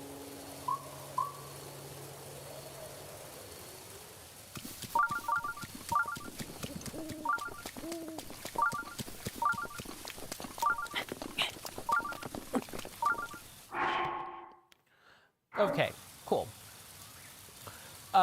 Twitch, that is not a ban-evader. I'm not sure what you're saying. What am I eating? I am having a prepackaged, factory-made oatmeal cream pie. It's just something to give me a bit of sugar so I can keep going. That's all. It's the Debbie Snack Cake factory versions of those. So it's the official cream pie and everything. I have tried eating lunch on stream in the past, and I generally don't like... Oh, it doesn't show that in the chat. That's interesting. Yes, apparently my chat is saying, my chat display is telling me you're a ban-evader, apparently. Which I know is not the case. That's super stupid. And if Twitch takes an action, I'm gonna yell at them. Yes, very bruh moment. Very bruh. Good to know. I will probably refrain from mentioning that in the future. It's still sus to have that attached to your account, though. Yeah, right? Because it's like it's authenticator issues. It's not actually being banned. It's temporary lockout at best. That's dumb. Can I be mad on your behalf now, Sizzling Seal? Is that something I'm allowed to do? Or would you prefer I remain calm? Because that's making me mad. Not gonna lie. I guess it's been 90 minutes. I should probably... You do see it being sus? Very sus. Just for new people coming in, or as a reminder, we are in the discovering all the Korok seeds, finding all the shrines, and doing all the side quests mode. This is a 100% live Let's Play, similar in style to Alexandri. So if you guys like Alexandri on YouTube, I kind of do the same thing he does, just smaller. He's a lot better at it than I am. Like, I kind of break up the game into active and non-active modes, and this is generally the non-active mode. It's definitely a bit more of the 4-ish segments, like, because, you know, it's always better when you can be playing through the game's story or seeing all the colorful characters, but 100% ain't gonna complete itself, I'm afraid. You wouldn't be in this account if it wasn't for Twitch SMS being bad? Kappa with devil horns? Exactly. Exactly. Still, I think I'm going to be a little bit angry with them. Where is this Korok seed? If you guys want extra information, please feel free to type in !BOTW map, BOTW COORD map, or BOTW ING info, all lowercase, all one word. Let me go ahead and demonstrate that lengthier command now, because I do have some prepared links and information for people to look at.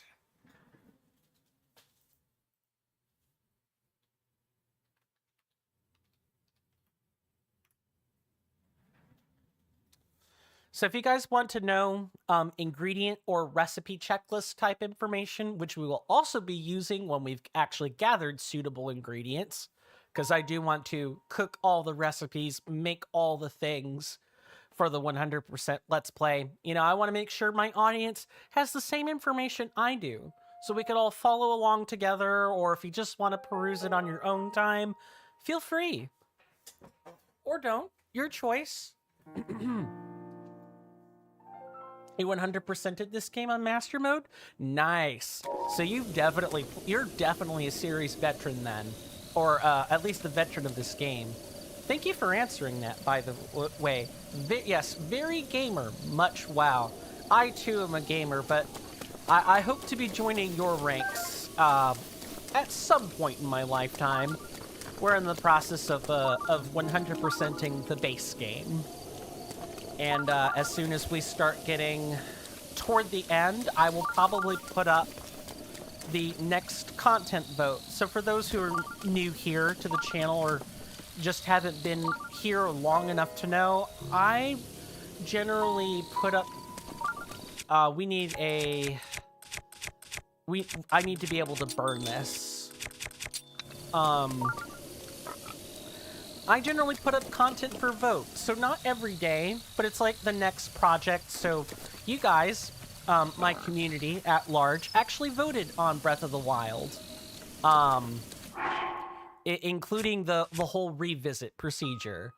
And all of that voting takes place on my Discord. So if and ever you decide to join the Discord, or, you know, I happen to pass out the link and you happen to be on it, you know, we might hold a vote. I'd say probably sometime this year.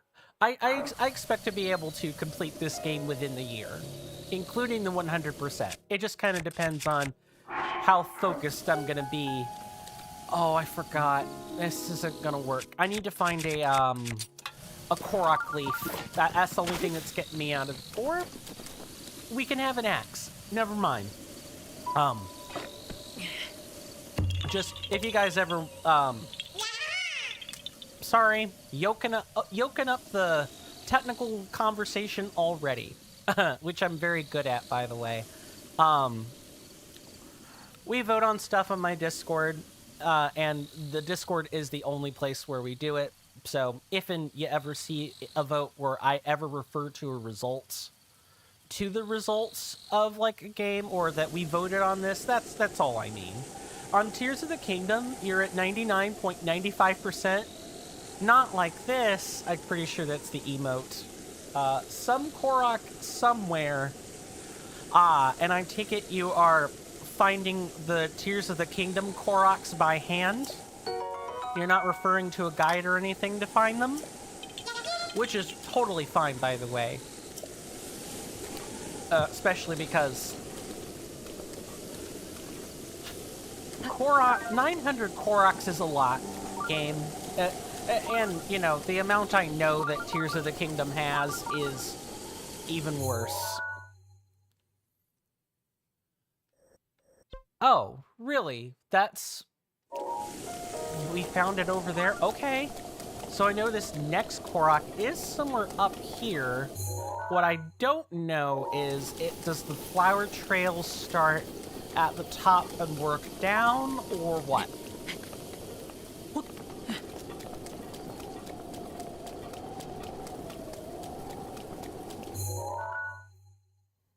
Trying to think of something I could talk about.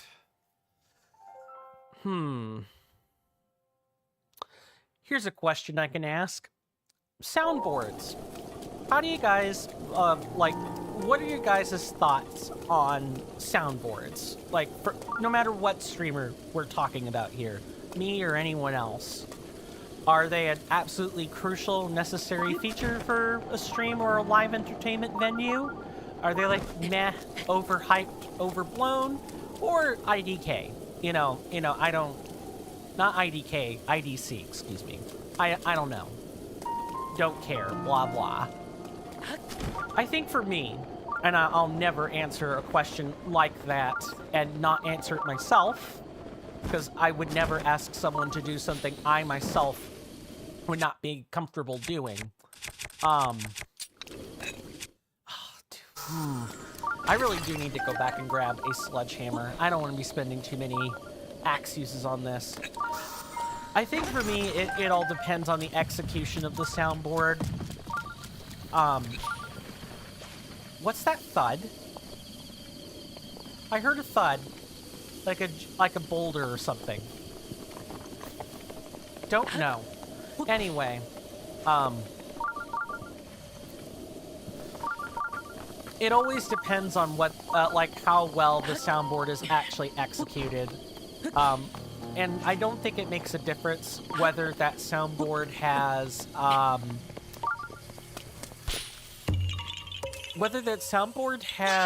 you know, audio derived from other sources, or, you know, like in some cases, I know Alexandri or other prominent YouTubers actually make their own quotes for their own soundboards and alerts and stuff, which I think is really cool. I don't have the acumen for that. My nose or my mouth is too generally stuffy, deviated septum and all that. And my mouth has a tendency to stick together, and I have a tendency to flub over my own words. So I don't think I could ever execute, execute an actually homegrown soundboard, but I do at least know how to edit, like, existing audio for the purposes of making a soundboard. I just don't have all the tips and tricks up my sleeve to make them sound really good. So, for example, most of my channel point redemptions work like this, where you can actually, pay 50 channel points, and anything in pink comes with the sound alert attached right to it. One of my earlier ones is like this. Useless flesh. I want to note that in that soundboard, you guys could very still clearly hear the music in the back. I was just not able to squelch out all of the audio when I went to extract that voice clip, even after running it through Audacity and everything, which I use in my spare time for exactly that express purpose. Also, it kind of depends on how I obtain the audio for said, like, soundboard purposes. So that one I had to go find a video, rip it out, and edit it. Whereas if someone's already done the work of cleaning up the, clean dialogue and everything, I have ones like this that are, let's see.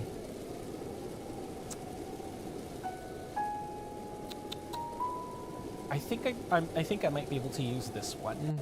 Let's give him a squeeze. Where that one, I was able to more or less rip right from the game itself, and just edit the voice down or edit it accordingly. Sorry, I'm waxing poetic about my own features, which I really shouldn't be doing. Just want folks to know that I work really hard on the stuff, on my stuff on this channel. It's not perfect. It's definitely not perfect, but it is mine. The art and assets are mine. Emotes, for the most part, are mine.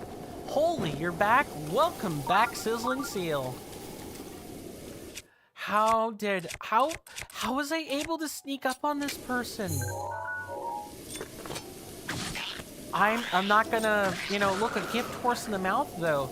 It's the real seal, the real deal. Exactly.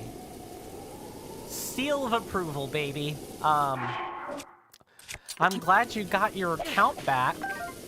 I trust you were able to, either get that ban lifted or not ban, but lockout lifted, or, you were able to fix whatever was wrong. Oh, what does this remind me of? It's the Floret sandbar again. Except you can't actually walk across these spires. You'll hurt yourself. Friend helped? Good. Good. Please pass my regards to that friend as well. I am also thankful that you are back on your real account. The one that you worked so hard to get affiliate on. And I just want to say, affiliate is not an easy thing at all to do. It requires luck. Yeah, the requirements aren't all that high, but you still kind of have to luck out on people joining. Back in my day, you had to get a lucky raid to get enough for affiliate. Sorry. All I wanted to say was just, I lucked out on being an affiliate. It's nice to see that process be a little bit more scientific and a little less bound by the luck of art. But, and I thought I would quip a joke to demonstrate that point, which wasn't very good, obviously. But, and, I'm terrible at making voices, so make of that what you will. Hopefully I didn't just make people's ears bleed beyond all recognition. But, yeah, I'm happy that people are reaching that affiliate stage in a somewhat orderly manner. And I look forward to the new generation of streamers and content creators coming in. Present company included. Ruko Mag, huh? 5 flames. 5 flames, 4 lights. There were 4 lights, ladies and gentlemen, and non-binary people. There were 4 lights. I don't have a good way of just not copying, what's that content creator's name? He's like, guys, gals, and non-binary pals. I don't have a way to refer to non-binary people except by accidentally ripping off of him somehow. I have to find a word I can use that's just as short, but seals the deal when I want to make sure I refer to everybody. Because this is a space where everybody should feel included. Even with the current hellscape that is the geopolitical world, both in the US and otherwise, I want this to be a place where everybody can belong. And this is a little bit of a PSA that if you are not, you don't have to be an LGBT person. You could be a cisgendered straight person. That's totally fine. But if people are going to be, anti-LGBT, anti, like a racist, a sexist, get out. You being here is a violation of terms of service anyway. I'm making it real clear ahead of time. And hopefully my audience is usually very well behaved. But I have thrown down the ban hammer before, and I'm happy to do so again, should anybody actually, exhibit some isms. Racism, sexism, ableism, and so on. Ableism especially,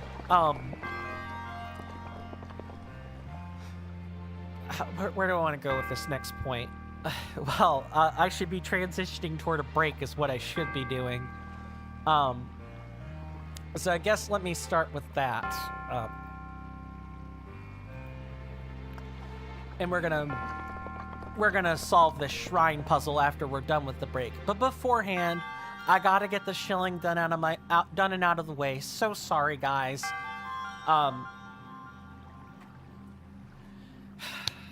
I've told you guys about the free, easy ways to help the channel grow. Like, subscribe, follow, all that fun stuff. Share the VODs. And I'm always appreciative of that, and I don't even require that. You guys being here, watching for any length of time, is more than enough. You guys lurking here in the background, just listening to me, allowing me to be to be on my soapbox for a little while, that's more than enough. But if you guys do feel like financially, contributing or sharing, your wealth and prosperity with yours truly, I am always deeply appreciative of that. And I will always do my best to make that worth your while. For you guys on Twitch, the best recommendation I have, and to not pay Jeff Bezos too much money, is a Tier 1 subscription. For $6, you cut out the ads, you get increased multiplayer priority on games that we would play that are multiplayer, or your votes when we go to vote on things count at double quantity. So this is the place where you can buy your votes, and you're not going to get in trouble for it. No one's going to look down on you for doing so here. And a whole bevy of other benefits, including extra emotes. It's the best bang for your buck. But really, even one bit is just as impactful, and I'm always appreciative of that. For you guys on YouTube, I'm going to recommend Patreon or Coffee instead. For $2, you basically get 95% of the same benefits. You just don't get cutouts on ads and all of that. And honestly, if I could tell Twitch I want to set my subscriptions at $2, I would ask them to do that and be like, okay, for $2, this is what you get. Because I think all the benefits should be the same across the board. And if I could go to $1, I would also do that. But Patreon and Coffee will yell at me if I do that, and they actually won't let me set it that low. So, sorry, but I've set everything as low as I reasonably can, without feeling like a gouge, because a lot of the benefits are strictly Discord derived, or they're things that, a poor person like myself can afford. I can't afford to, have a merch line out or so on and so forth, but I can make sure I'm putting content in the places I'm supposed to be putting my content out on, and that if you guys want sneak peeks, or I've offered sneak peeks, you get those sneak peeks exactly as charged.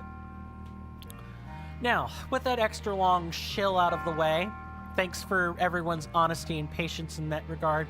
We're going to take that 3-minute break now. And at the end of that 3-minute break, we will pick back up and solve this shrine. See everybody then. Thank you.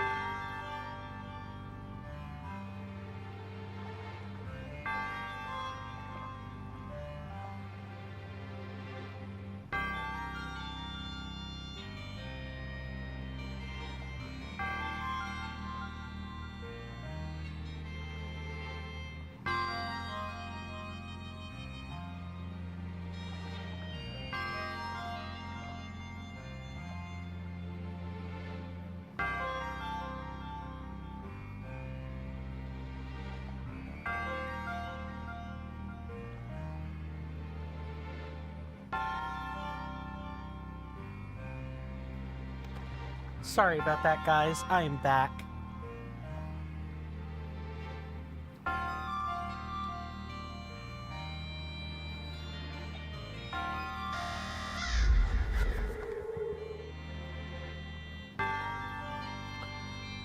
Well, let's get to solving the shrines, shall we? Let's take a moment and just kind of look at everything.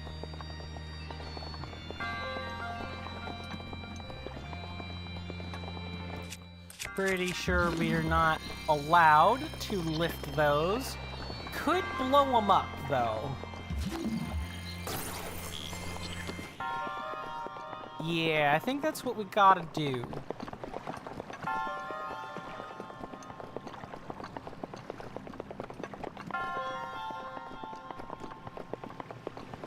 And how are we meant to trigger this? Or is this just one of those we need to adjust the mechanism accordingly? Okay, we have an extra copy. Okay.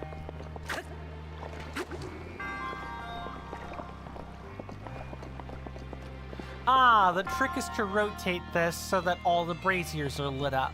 Makes sense.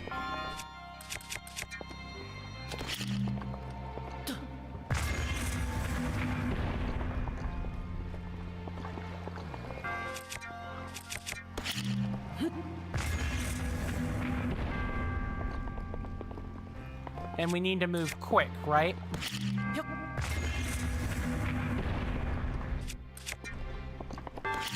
Yep.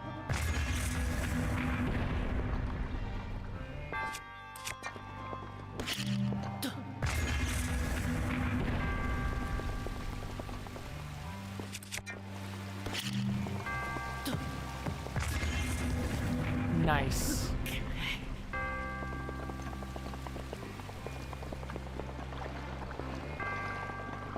Okay, and there is a brazier in the back.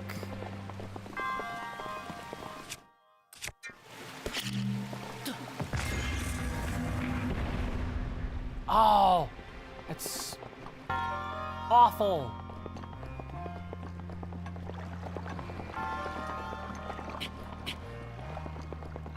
And it's not like we could freeze that, right?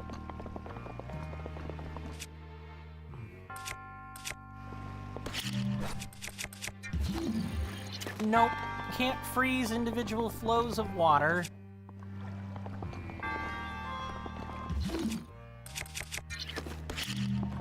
I think I might need... We don't have any arrows. My goodness, I need to fix that for the future. This is not good. Arrows would be a lot better for this than bombs.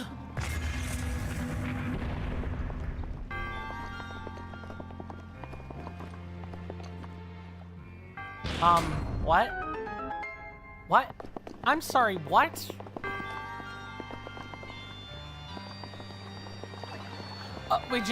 Okay, alright. Cool, I love randomly spaghettiing my way into solutions. And without arrows, I'm forced to kind of, like, use a fire arrow to set that off. Okay, I mean, it could be worse, right?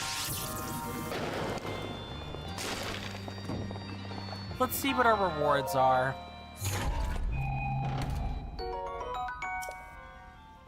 Silver bow. Well, we do need,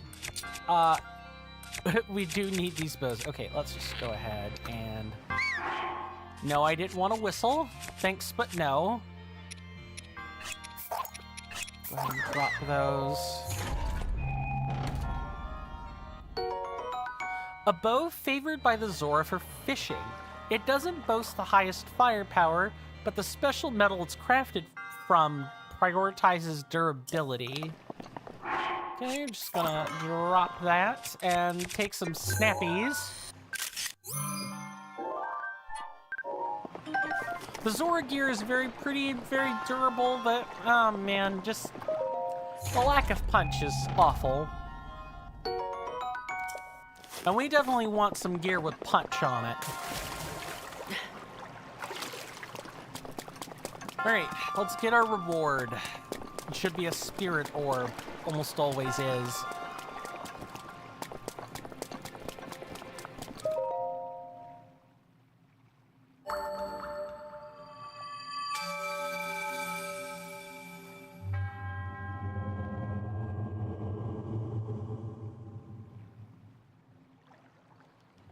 Thank you, but I don't care.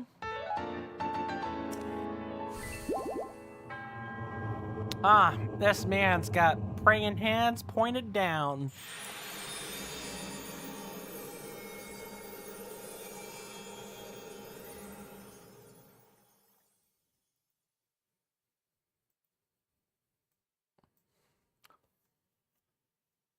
Okay, now that we have a nearby warp point, though, we do in fact need to go back to Kakariko Village and Hateno Village, as well as Rito Village, and we need to get some arrows. I am very, very done with not having arrows. I do in fact mean that.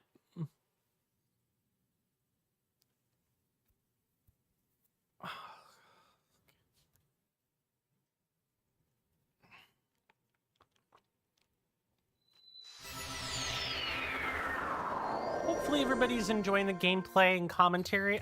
As usual, we've gotten off to a glacial start, but I'd like to think we've picked it back up.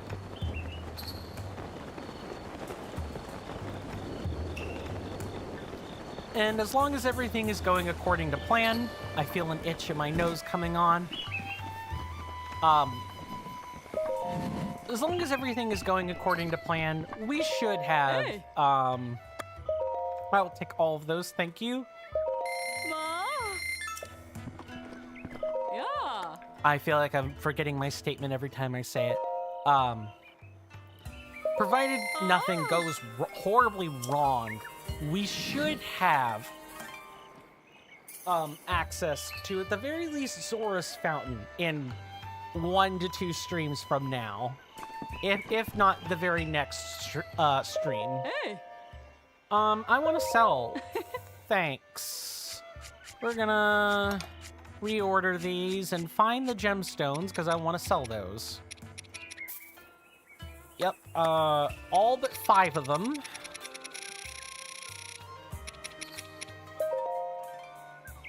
We want money. We want money, my audience, my senators and inductees. We want a lot of money.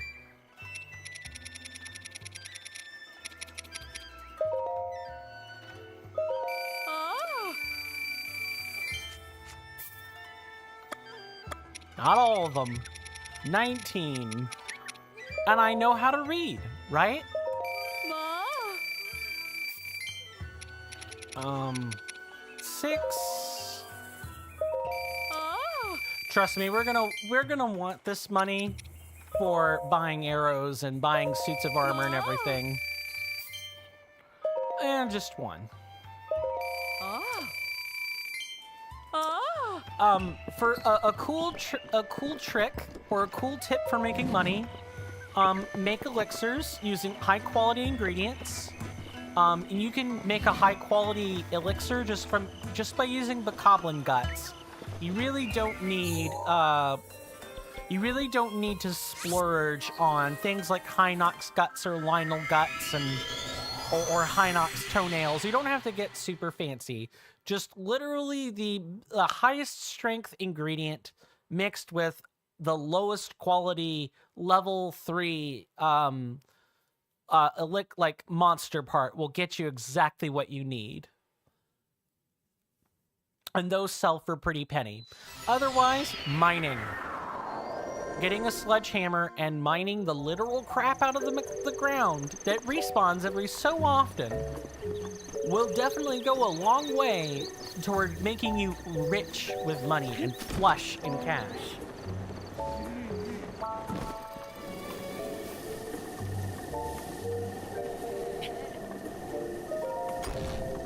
This is armor. I want a general store.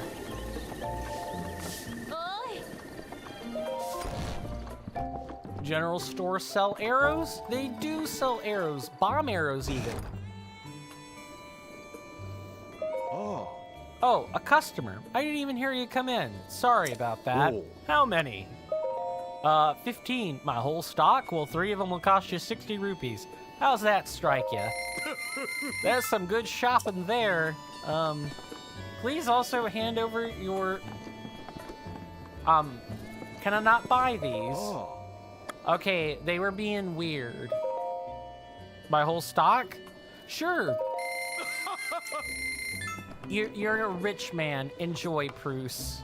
Yeah. Hey, good morning there. So, what can I do you for? Who are you? You want to know who... Hey? What is that? Oh, no. The grunting is fantastic. You want to know who I am? Oh, you can just call me Bruce. I'm the shopkeeper of East Wind here. I got a wife, daughter, and son. Pretty much your typical family. The nuclear family, some would even say. I'm good. We're gonna buy some milk, and wheat, though. Oh, no, okay, no, not any kind of wheat. We want Tibanthan wheat. Yes, but I will take the fresh milk. Let's see. What else? We're okay on bird eggs, but having a few more never hurt anybody. Okay, got that all sorted. All done and dusted, as they say, out in ye old west. Next up, we're gonna take a quick trip back to Rito Village, because we have more arrows we can buy while we're there. I want to have plenty of them, guys, is what I'm trying to, drive at here. I don't want to run out of arrows and then not be able to precisely do things the way I want to, like I did with that shrine. I want to be able to have fine control over my combat methods and my non-combat puzzling solutions. I can improvise, but I am not a man who enjoys improv. I prefer preparation. Preparation has the same sort of general vibe to it that perfection does. That is the inn. This should be the shop.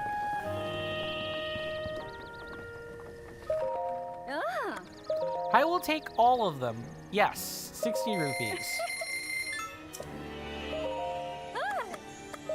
All of these too. 1,000 rupees. This is also another reason we want money, by the way, chat. We're gonna take all this butter.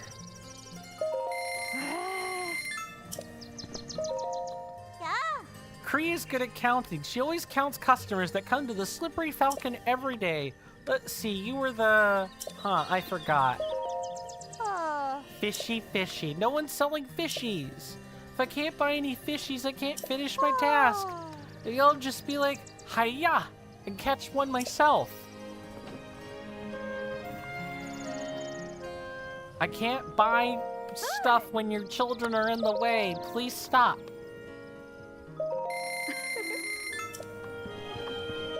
Yes, I'll also take all that wheat. All 3 of them. Yes.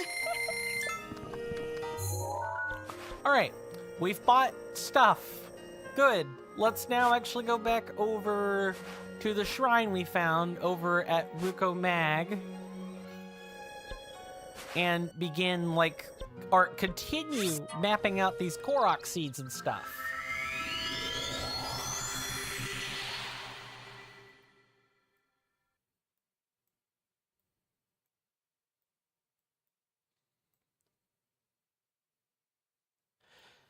We're basically going to follow the Lanayru coastline from here on out and just kind of wrap our way around from one side to the other.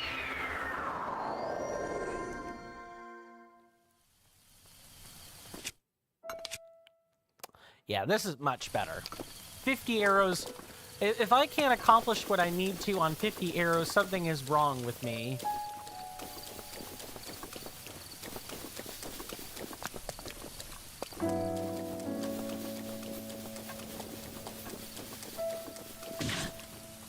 That hurts. Yeah, I don't want to be attracting extra attention. Thanks, though, Lizalfo's friend, for not saying anything. For keeping hush-hush. What is everyone's favorite, like, gaming experience they've ever had? Just out of curiosity. I think for me, that gaming experience was my first... One of my favorite gaming experiences was my first pass-through on the Elden Ring Reforged challenge run. I do want to actually not get a DNF this time. I would like to be able to put that under my belt for real and not just say, oh, I've made my lap, I've made my go-around.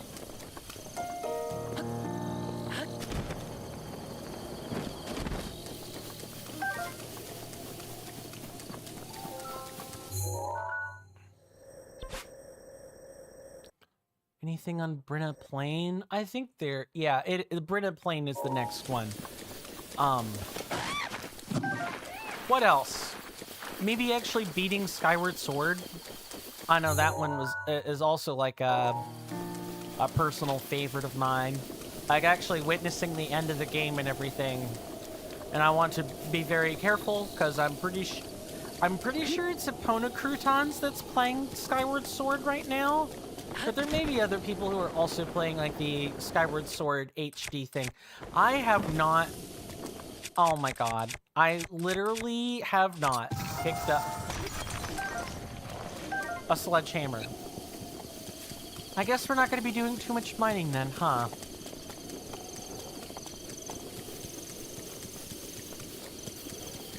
I'm kicking myself over this, chat. Absolutely kicking myself over it.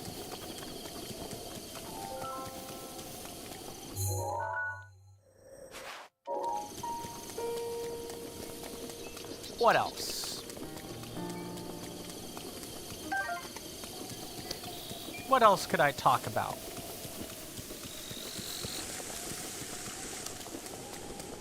Okay, here's one I can ask. I don't have the beverage in front of me, or else I would be really inclined to ask, but... maybe I can, you know, ask my loving stepmother if she'd be willing to make me a cup of coffee, and maybe she will do such a thing. But I did also have a cup of coffee this morning, so I don't want to be Java'd out before next time either. I don't know. Anyway, coffee, tea, kombucha. What's your guys' interesting drink of choice? And yes, soda does count as a real interesting drink of choice. Okay, where is this? Up here? Yeah, we're coming up on it now. Okay. Ah, it's one of these. No, get back here. Ah. Just gonna have to wait.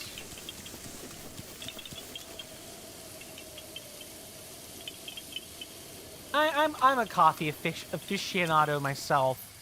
I generally like drinking this stuff. Yeah, there we go. I prefer frappes myself, but really, as long as it's not like cold brewed coffee, and even then I'll still drink cold brewed coffee. Really, as long as it's not, you know, black coffee. I'll take anything else really. I don't know. Black coffee is just too bitter for my tastes. Oh, hello. Oh, let's get down before things get complicated. Ooh, we could take them out. Yeah, that would be a break from the usual. Let's let that alarm just die down.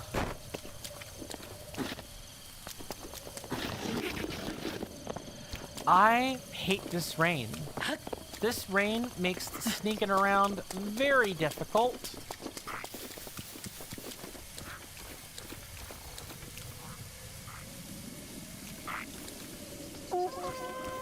Damn it. all over me like white on rice within 5 seconds.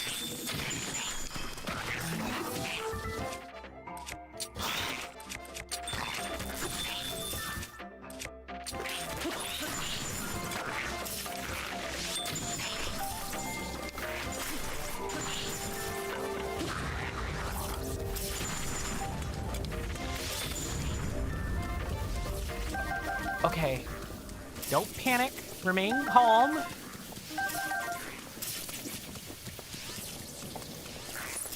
I generally do get through situations like these, but not without panicking a fair bit.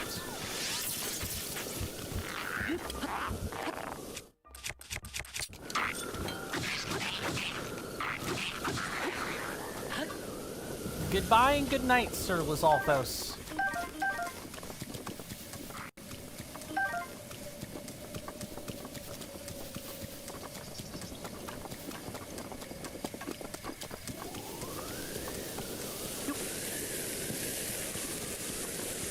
Please don't tell me Nadra's out here again.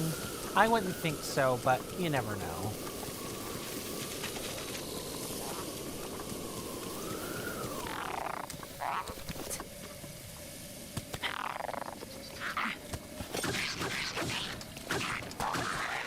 Goodbye. Please tell me you got some shock arrows.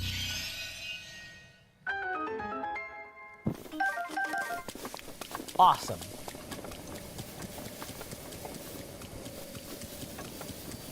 Now, what were these lovely lizards guarding? I need to know.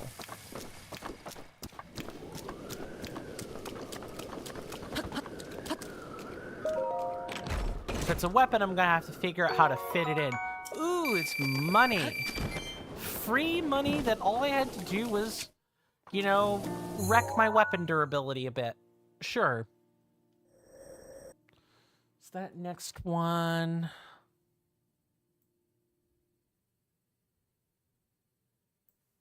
Okay, follow the thick borderline. And I'll find it. Okay, it's over here. And I think we're going to be hearing a quest line along that at some point. Now, the Lanayru, like the Ja-Abu mountains, like these sorts of mountains, have lots of luminous ore on them. So, and they're used for making some of the Zora's special metal for their spears, weapons, and so on. That could be very worth your while at this stage of the game, but later on, mining luminous ore is mostly going to be for either other stuff or purely for money.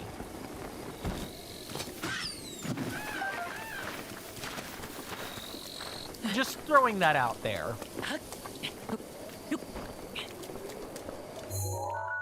Why is there just a random old gust out this way? Well, I mean, we could use that to, like, bypass.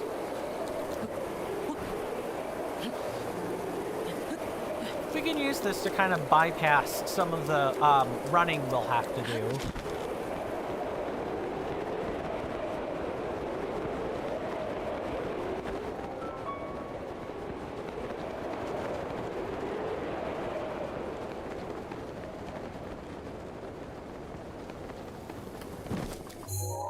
Unfortunately, though, being on the mountains is a very dangerous pastime if it's raining. And guess what? I hope you guys have figured out the gimmick. It's always raining. It doesn't matter. As long as you're in Lanayru, it is raining non-stop. All the time. Period. Ad infinitum. Forever. It sucks. A lot.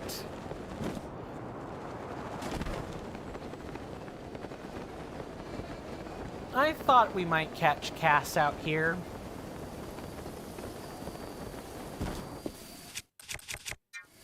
I just wasn't also expecting a Magnesis puzzle to boot. Oh, I know what it wants. It's this.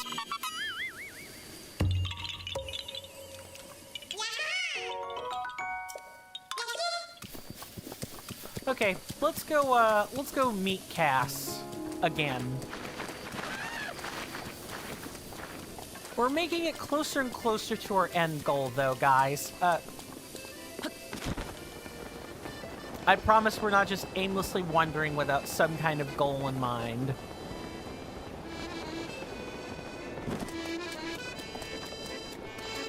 Tempestuous wind.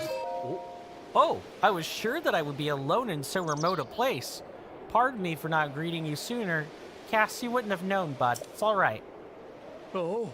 Oh ho, it's you. Although I guess I shouldn't be surprised to see you here. I know a song about this place. Would you like to hear the ancient verse? Yes. Oh. He breaks the rocks that serve to bind above the tempestuous bay. Tempestuous. On wings of cloth and wood entwined, he lands on the altar to open the way.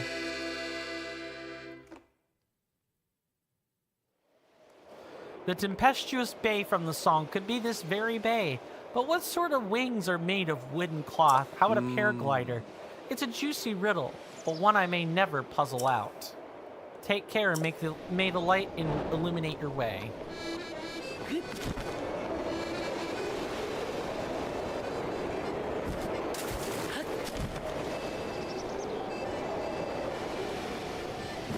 I like that there are cute little crabs hanging around. So cute. So, not very cuddly, but very cute. I don't know of anyone who would cuddle with a crab, all things considered. I mean, I gotta ask, would you guys cuddle with a crab? I wouldn't. You might end up missing a finger. Bright-eyed crab. Yeah, thanks.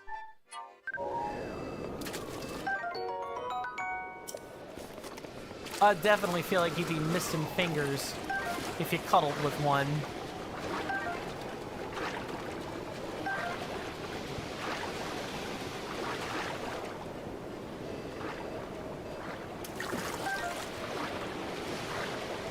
Sorry, I didn't even mean to dart forward like that. Oh, that is a painful sneeze. Ah, that hurt my right arm. I gotta ask, anyone else have any sneezes that hurt like that? I hate it. I wouldn't wish this on anybody. The pain sucks. This is like right down to my right wrist and everything. Break the rocks. So that's what? That's this. Well, okay, it's not this, but like I know what to be looking for. It's oh, actually that ain't gonna do. We need arrows here.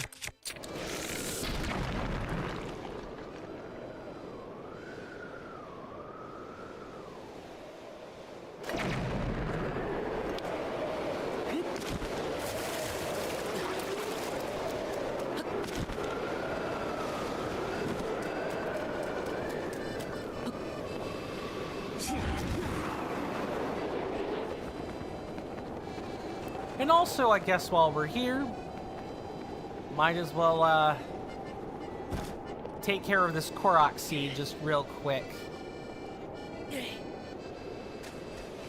That is too far up, or too far forward. Oh my god. I hate this. Can't tell where the camera is, or where Link is facing. And even looking at the mini-map is not really all that helpful.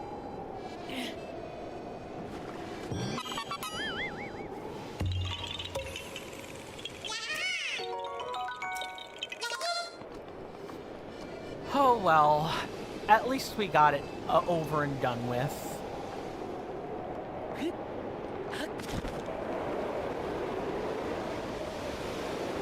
Any more fierce winds?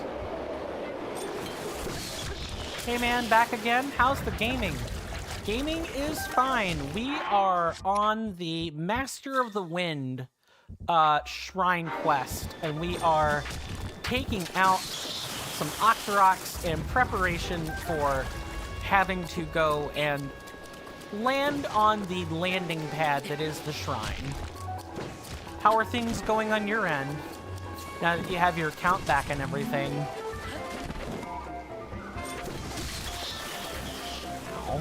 Ow. I would shoot you right now, Sir Akarok, but you're lucky that I have bombs equipped.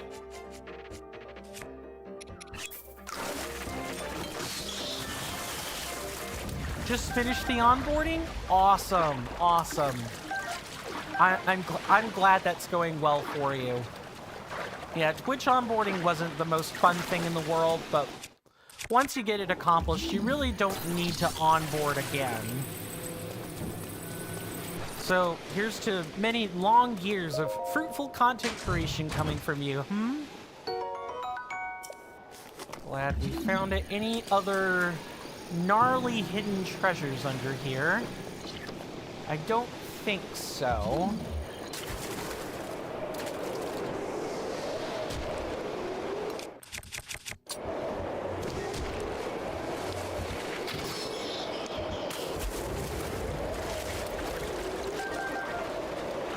Alright, so now we're gonna attempt to make the crossing onto this platform.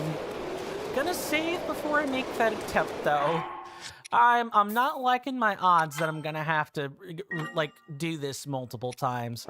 I know when I was playing, both in my off time and during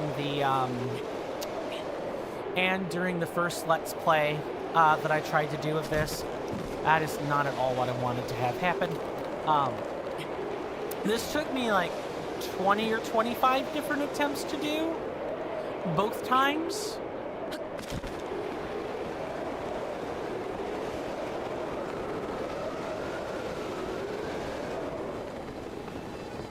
Oh, that's not gonna work. Something else has to happen. I think I need to find the, I need to find like a really tall vertical air geyser and then attempt to like float down into that.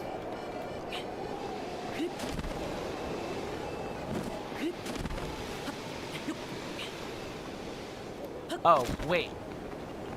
That's a rock formation we can blow up. I didn't even spot this. I thought this was just a really tall geyser. Guess not.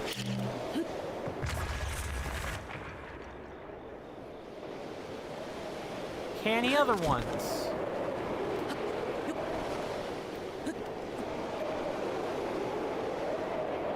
Anything with the onboarding process I can help you with, Sizzling Seal, or is this just one of the, you know, it's just gotta happen. And as long as you're taking your time through it, you think you got it. Just trying to be helpful, you know?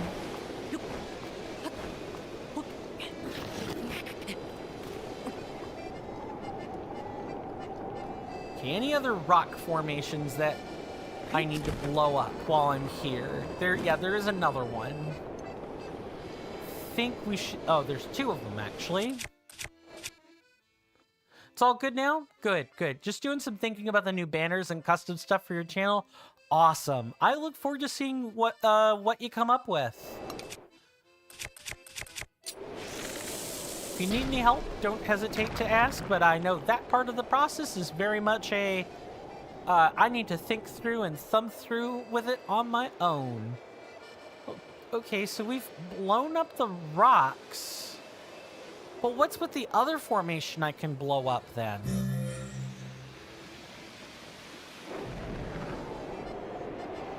Now, what's up with this rock formation? Is this just like random stuff? Man, you really want to play Tears of the Kingdom? Gotta eat your fruits and vegetables first, my guy. Or, you know, don't. Your choice. Oh, so this is just to help me get into this air current. Okay. Got it. I, too, want to play Tears of the Kingdom. I'm gonna have to ask my sibling for a copy of that when the time comes. Or, you know, if and... Wait, did I just make an arrow? Is that what I did? I made an arrow using the wind. Hold, I need to know. I gotta test this out. Okay, no. No, I didn't just make an arrow. Good.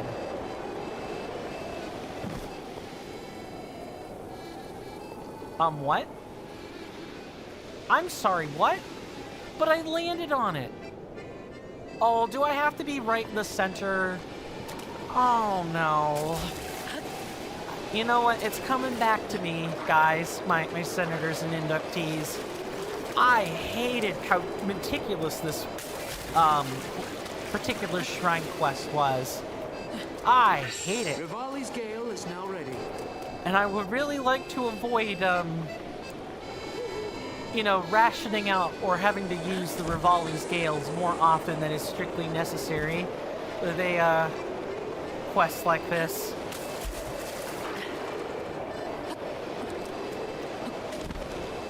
And I'm quite sure this tends not to get any better, either in Tears of the Kingdom. The puzzles I've been told they're not necessarily more complicated, but you have like different tools, right? So with Tears of the Kingdom, you have like the fusing mechanism and everything.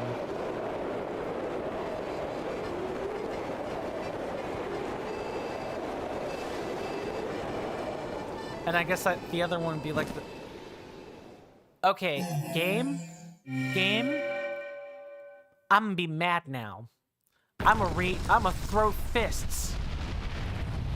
If I could reach through the screen and just, you know, grab whoever made that quest, that shrine quest, I would.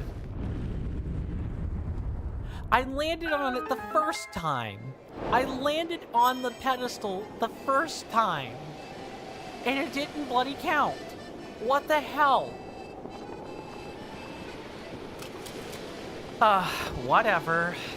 Well, I need an audio redemption for this, though.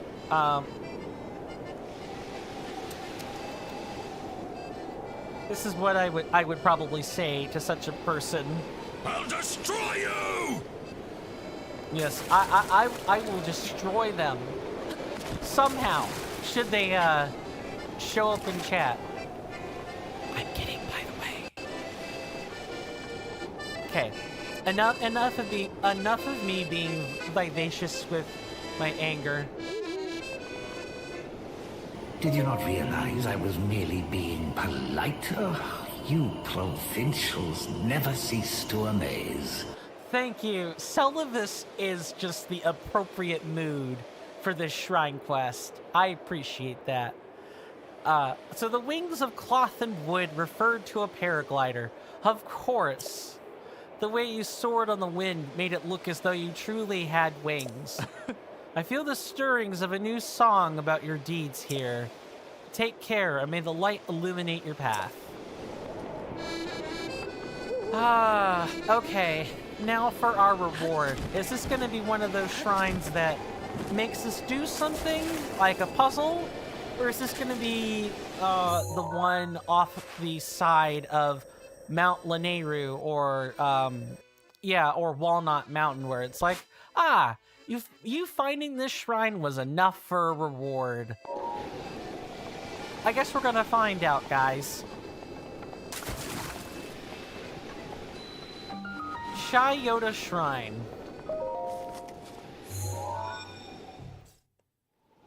I got a question I can ask, folks.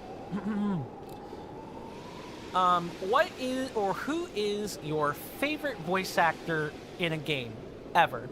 Because, and I'll tell you guys a bit about myself while everything is loading. I am a huge voice acting enthusiast, and while I don't keep up with necessarily with the shows or even like current events for voice actors, I do know my fair share of them, such as, you know, Laura Bailey, Matt Mercer, Yuri Lowenthal, or less common ones like Lainey Minella and so on. I'm curious who everyone's favorite voice actor is, and this did turn out to be a blessing shrine. Good. Just in case of treachery, though, I will be checking for metal shrine, or metal chest, excuse me. Thought I was gonna name all the Critical Role cast? Nah, fam, I'm not that good. I'm not that good. I wish I could. But I don't watch Critical Role. I don't. My friends do. I'm aware it exists. I just don't watch it. Not really quite my cup of tea. And I'm more of a Pathfinder junkie than a D&D junkie. Oh, I'm getting rid of... It looks like I'm getting rid of a spear then.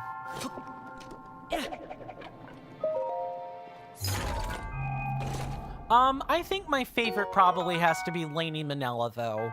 Lainey Minella is a voice actress, excuse me.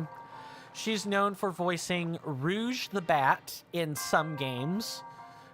She is known for voicing Ivy Valentine, the Jarl of Whiterun's right-hand woman in Skyrim. She's even voiced some harpies in some of the older God of War games. She's so talented that in Super Smash Bros. Ultimate, freaking Morton, as in, you know, one of the alternate models for Bowser Jr., she does that voice, too. She's all over the place. She's mostly like a voice casting director these days, but she does still do some voice work from time to time. She's very polished. I don't know her history, but I know she's very polished. She's, what, in her mid-70s? Early 80s? She's very old. Which is totally fine. You know what they say. Women age like wine. Men age like vodka. Actually, I'm pretty sure vodka ages pretty well. And I think whiskey does too, for that matter. I guess maybe men age like alcohol, in the sense that sometimes, you know, aging the alcohol is a good thing. Makes it taste better. Makes the alcohol stronger. And then sometimes if you don't put it through the appropriate aging process, it looks and tastes awful. Whereas, I usually don't think the fairer sex ages that awfully. There's always room for both. I definitely don't want to be a sexist there. I want to make that very clear. Just, we're talking about the saying, right? We're talking about the fact that the saying is, women age like fine wine. So I wonder what the analog for men would be. And what I don't know what I'd say about non-binary people. How do they age? What would the quote be for, what sort of thing would they say if non-binary people were to age and live a really long time? I don't know. Would it be based on how they appear? Would it be something they make up for themselves? Random thought things. Sorry, random thoughts. At least they're not wild. At least they aren't Rihanna's, right? Or I'm pretty sure. Is that a Rihanna song?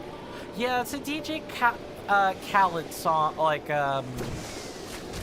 R&B thing with Rihanna as a collaborator or whatever.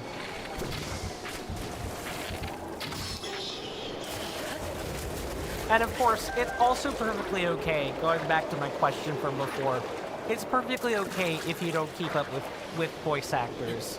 You can just name the character instead, or something, and I may or may not know who it is.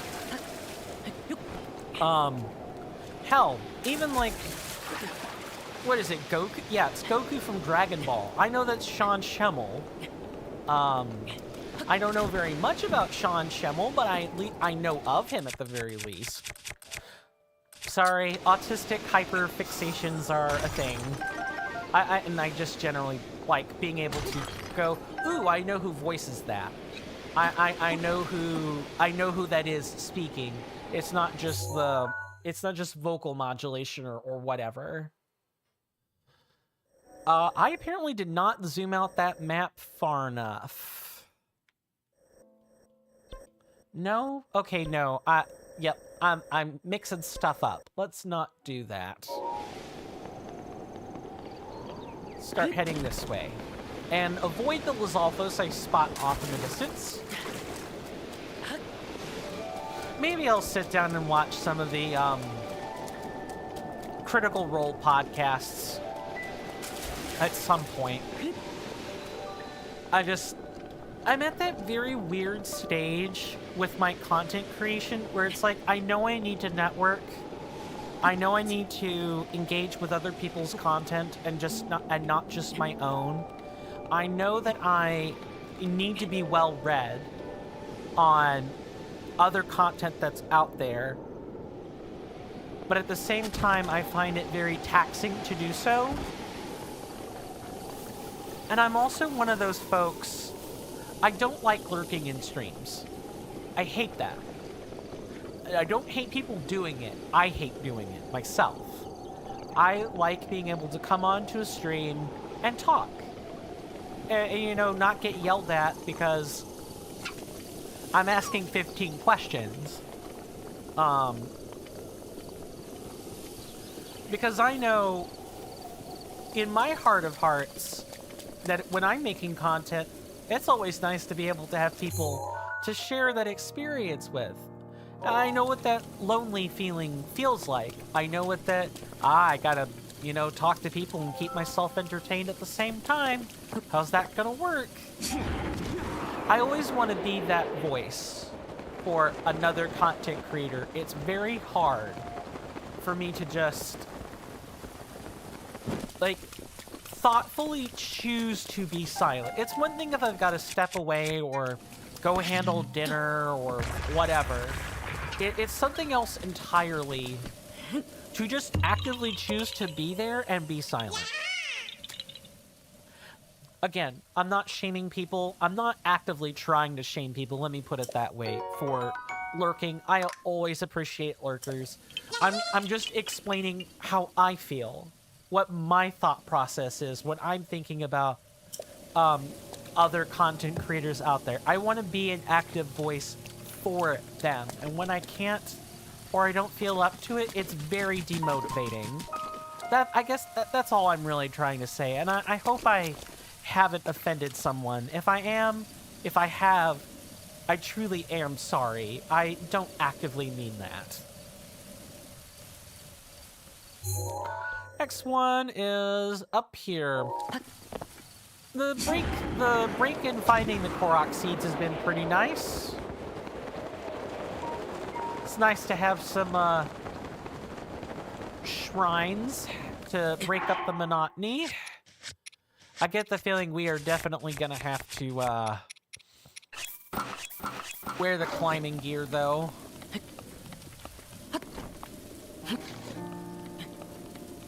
I'm sorry guys, please excuse me for a short second. Although actually should probably take that break now. I'm hearing a bunch of coughing and hacking. I need to go make sure everyone's okay. I will be back in 3 minutes. Thank you to everybody for your patience. See you guys after that.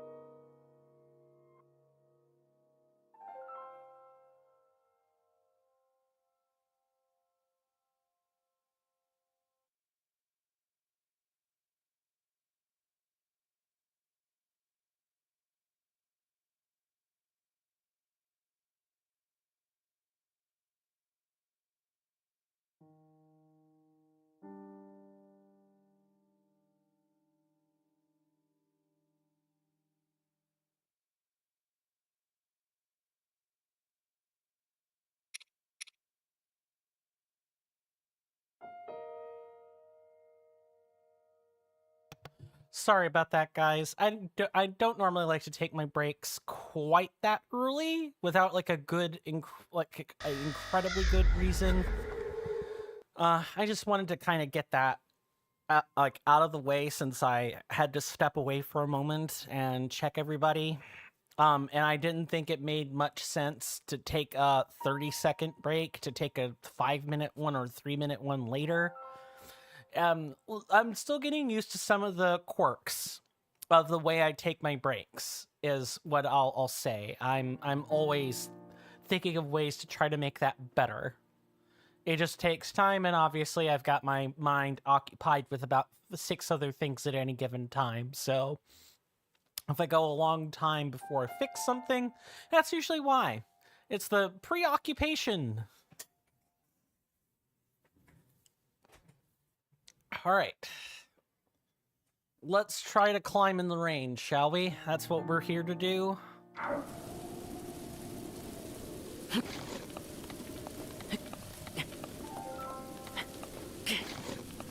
Okay, I don't seem to lose as much. No, I think that's just a myth.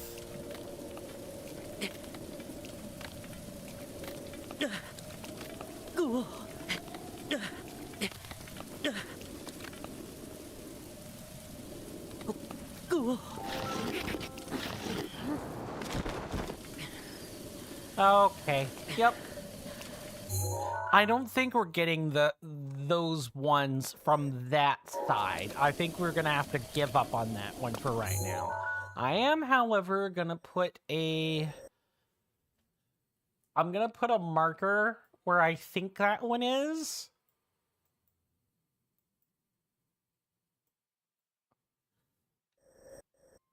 Somewhere in this region. That way we can remember it for later. Let's get out of here for right now.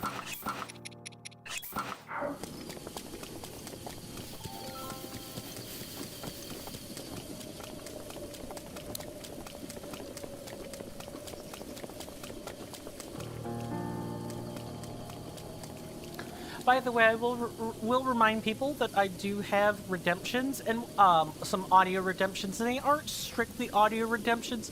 So, for example, if we go through and although I guess not all of the redemptions that do something have audio attached to them, my bad. For example, you can spend 100 channel points if you want me to drink something right now. There's a cooldown, of course, because otherwise water poisoning, but you know, that is available. If you want me to sit up straight for 5 minutes, you can pay 50 more and you'll get me stretching the servos and joints. If you want to, let's see. I think is that a first time message? No, it's to send a message in sub-only mode, excuse me. Which I never have for any obvious reason. But I do have a command if you want to spend channel points and do that. If you want to make me do something, 300 points. If you want me to shut up for 5 minutes or, you know, tell me a word not to say for 5 minutes, well, I have those options available too. Please feel free to play around with them. Oh, also, I should have just, I believe the What the Fox Didn't Say is still 7,500 and it should be 10,000. I need to go back and change that. I have not done so yet. Oof and a half. Let's see where this next one is. Got it. Oh, over here somewhere. Now I wonder, is there going to be a Talus every 5 seconds on the Talus Plateau? Probably not. If anything, I would expect Talus Plateau to not have a whole bunch of them. Maybe 1 or 2, and that be about it. Speaking of, if I filter that map by some of these... Do I have to click the name? I have to click the name. Okay.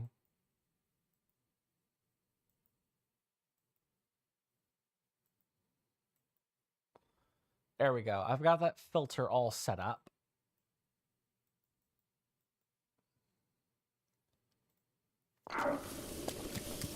No, I think we're gonna find something worse here, chat. Worse than a talus.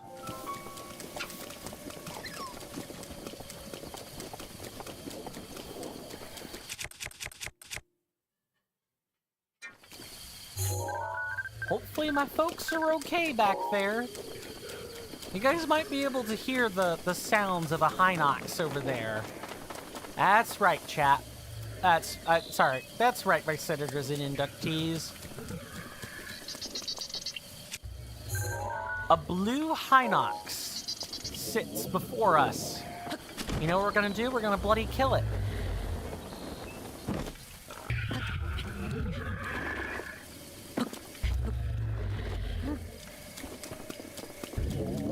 Interesting.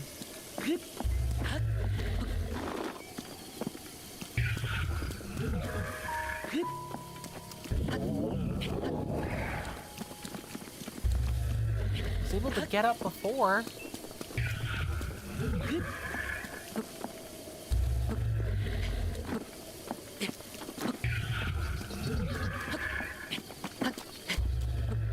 There we go, got it. How do we want to handle this sucker?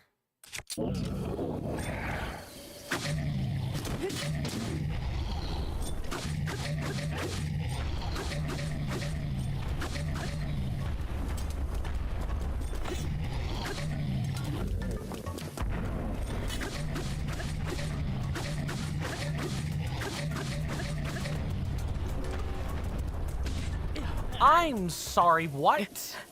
What? I happened to run right under his foot. Bam. Dead. Freaking deadu. Just gone. Okay. You know what? We can do better. We can do better, my senators and inductees. And by that, I mean I can do better. You know what we're gonna do? We're gonna perform some kind of plunge attack.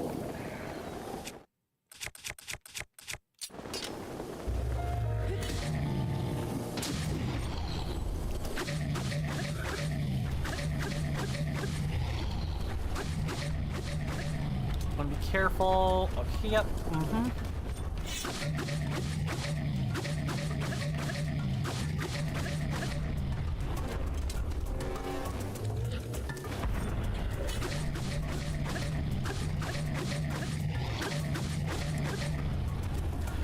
How does Nintendo get away with showing these, you know, raggedy ass, just raggedy ass Hinox? How does that work?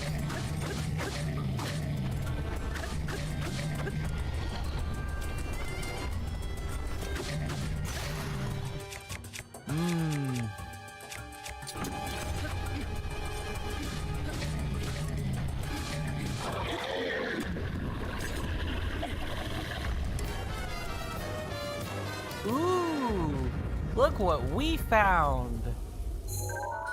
The royal stuff. Da da da da da. Yes.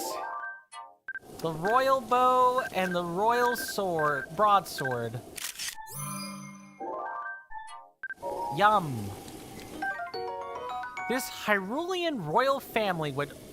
The Hyrulean royal family would award this sword to knights who achieved remarkable feats.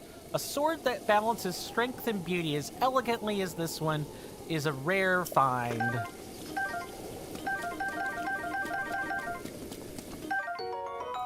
Royal bow. In the past, the King of Hyrule presented this bow to only the most talented archers in the land. Its combat capabilities are as impressive as its extravagant design. Which is to say, not at all. I'm joking. Oh, no. Yep, no. Give me that DPS. That's what that's all about.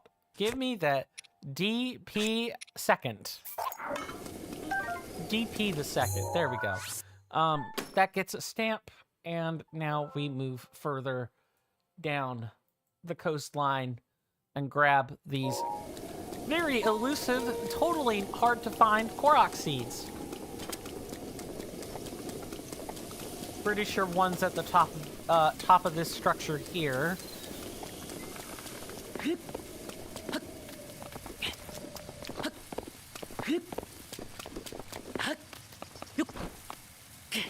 Really?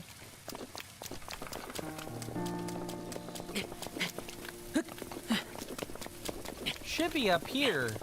Pretty sure. Should be up here somewhere.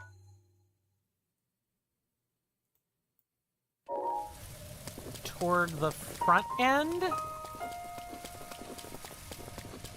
Okay, maybe it's actually below. See, even when you want to spot the obvious trends in a game, it's really not obvious. They always switch it up on you. Nintendo is pretty good at doing that. And do it like this.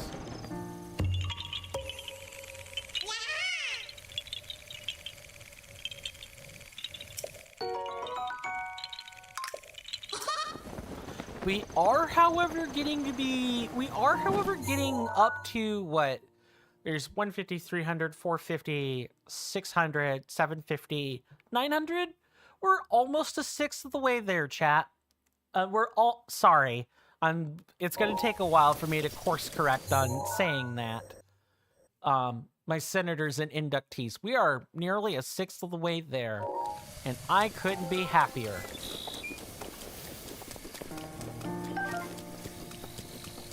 And maybe, just maybe, if we work at it and keep up, and we rely on this map, we will get the other 750 of them. And then won't be locked behind something incredibly stupid, like post-game chests. That's not a thing that can happen.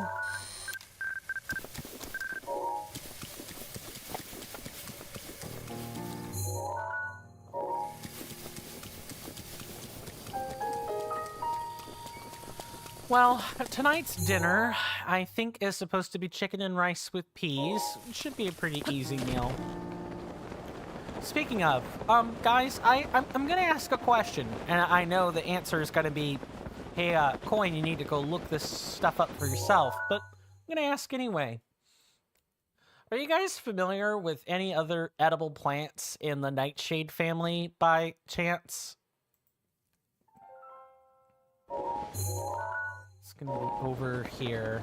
Yeah, I went down too far. Because I think I may or may not have an allergic, I may or may not have allergic reactions to tomatoes. Mom and I were, my mom and I were talking about that just yesterday. And she seems to think there might be some sort of allergic response based on either something in the tomato flesh or tomato seeds. And if it's tomato flesh, then it's fine, it's just tomatoes. But if it's tomato seeds, well, that might be a problem. And I don't like break out in hives or asphyxiate or anything. It just really hurts once I'm done eating. You know, it comes out the shitter on the other end. That's when I really, you know, have a tough go of it.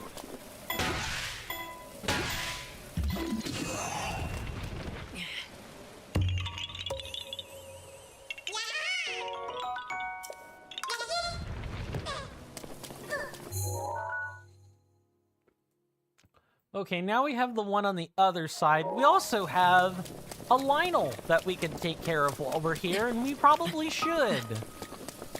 Because, you know what they say about Lionels? That man is the scum of the earth. Sorry, I hope everyone can actually hear those sound, my personal soundboard coming in, because, really? Yeah, get up there, Link. Shit. Down, get down. Oh, okay. I don't want to waste resources on Lizalfo's camps until I know for sure, you know, we don't have anything else to be doing with our weapons and everything.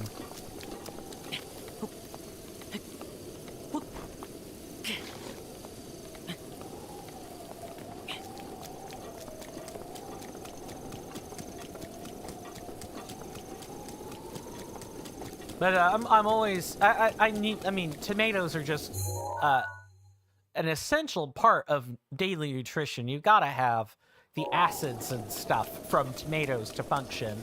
So I certainly don't like that my relationship with tomatoes has turned into a love-hate one. But it's something I've grown to observe over time, and I just know it's something to do with a tomato, and I'm just not sure what. And I think to make matters worse, with the macaroni and tomatoes I have sometimes, that uses canned tomatoes, and with that, the seeds are mixed in. So I'm not sure, and they're, you know, eviscerated, they're destroyed. So if I'm allergic to tomatoes, eating macaroni and tomatoes is just kind of a hello. That is an excellent picture to... That is an excellent time to be taking a picture.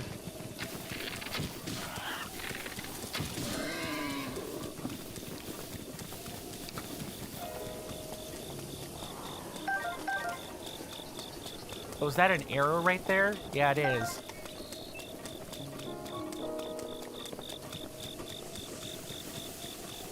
Anyone else allergic to anything?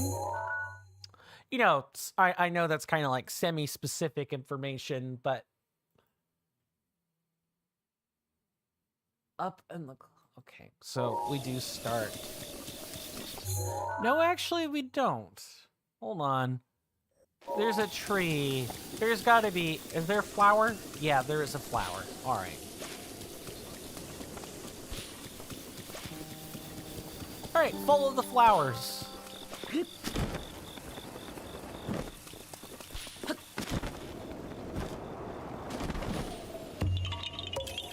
Nice.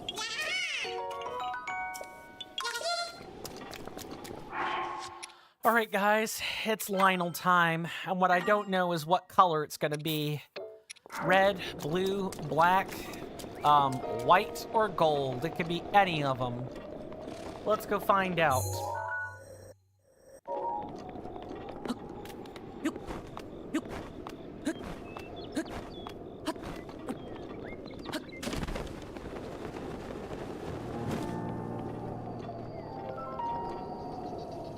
Are you serious? I guess I need to open the album and delete. Select all. Delete all of it. Oh, this is just straight up the next upgrade. All right, LFG baby, time to get going.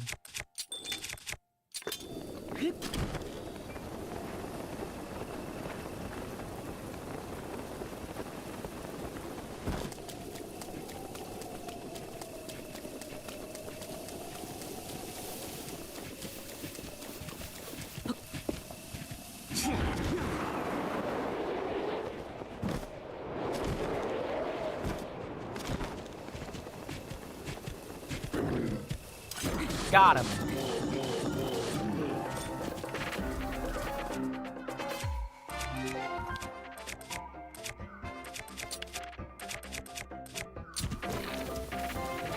And it's raining, so I can't use... Yep. It's to be regular arrows.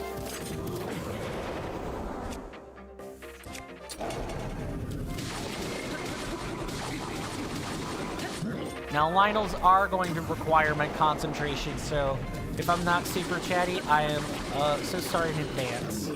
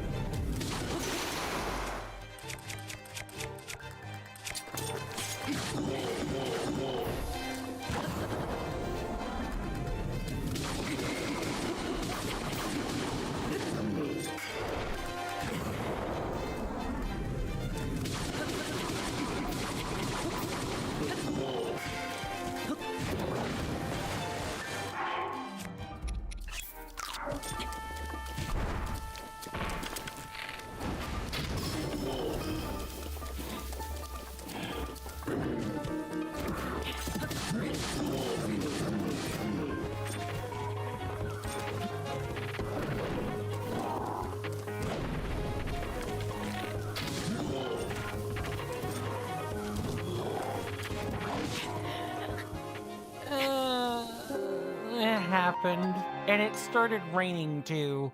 We're back to, you know, having to do this shit in the rain. It really sucks. Okay, but doable. Try again. Definitely doable. Although that did require a head start. I will just say that did require a head start. So if we don't get that head start, we in trouble.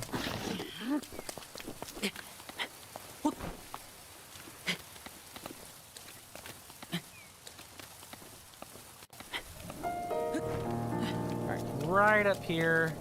We're gonna save a little closer to when we need to go. This is probably as close as the game is gonna let us be.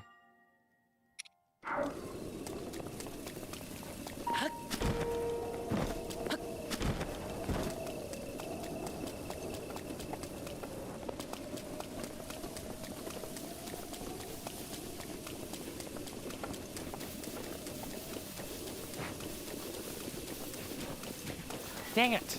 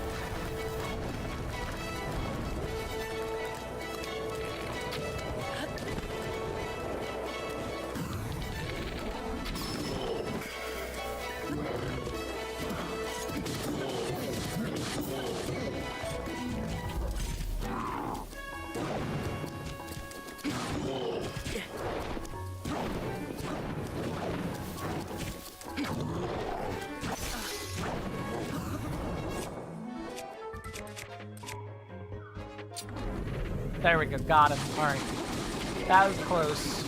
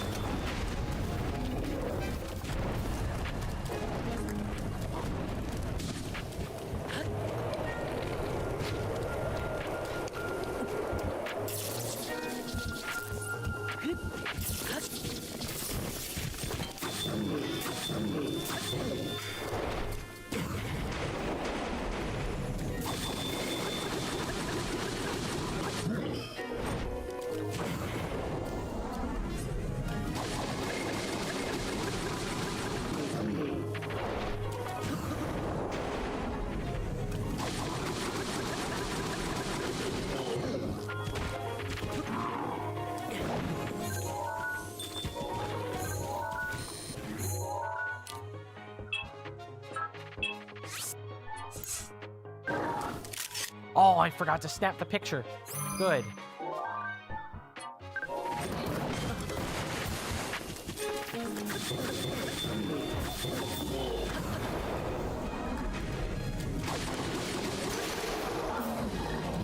Goodbye.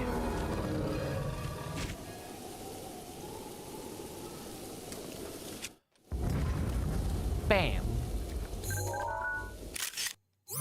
That's gonna be some sweet gear for us.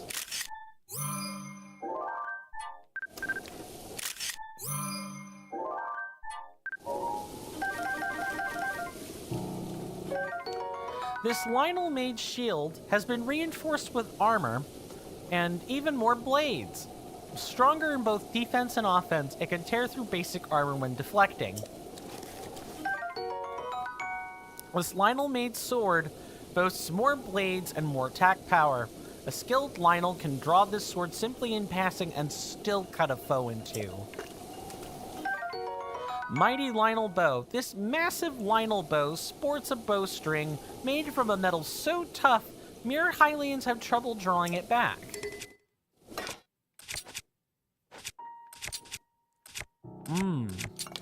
Sounds like we get rid of the plain old Lionel bow, huh?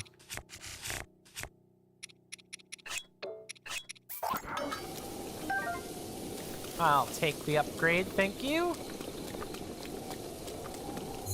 And now we, of course, mark an enemy out here so we know what we're dealing with. And now we have yet another set of islands that we can go exploring, and I think we'll do just that. Money. Every little bit counts. 600 rupees for fighting a Lionel? I'll take it.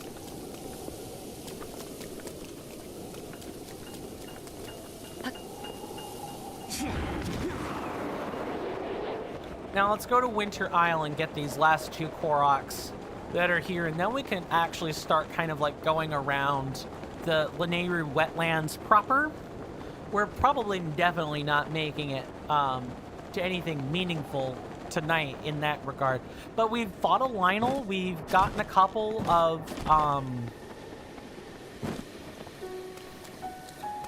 right, we fought a Lionel, we went through a couple of shrines, we got several Koroks. I think we've had a pretty fruitful adventure for today, guys, senators and inductees. And I want to keep having those adventures together with you guys. You guys mean the world to me, and I really want you to know that. Alright, so the other Korok seed I've already spotted is this flower puzzle. So I think it's going to take us to the top of Winter Island. Yeah, it sure is.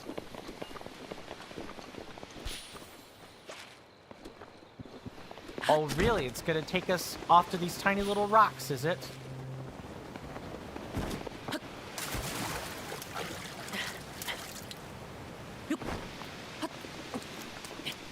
It's up here, right? It's just up here? Why take me back to just go up here? The Winter Island Korok Seed Flower Puzzle was one I always found a bit strange. Oh, I always found that a bit strange. Okay, I saw that treasure chest. Let's go ahead and rip this sucker wide open. Wow. We have almost made back half of what we spent, chat. Sorry, guys, senators and inductees. We've nearly made back half of what we spent on arrows and other supplies. Couldn't be happier. Eventually, once, you know, we do get well enough established in the stream file, I may or may not take to grinding in my off time, and if I do that, you guys will be the first to know. I'll have a posterity video posted and everything. It'll likely be pretty low effort in all things considered, because I've got enough things going on in my life that are high effort as is, but I want to make sure if I'm doing stuff that you guys aren't there to see, like material grinding and whatever, you guys are aware that it's happening.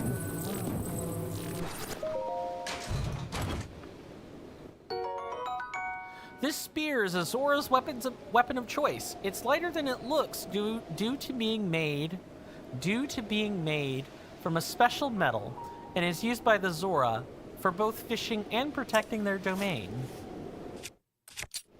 Can we snapsies that?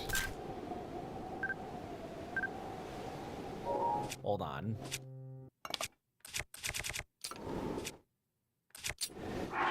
Let's try that one more time.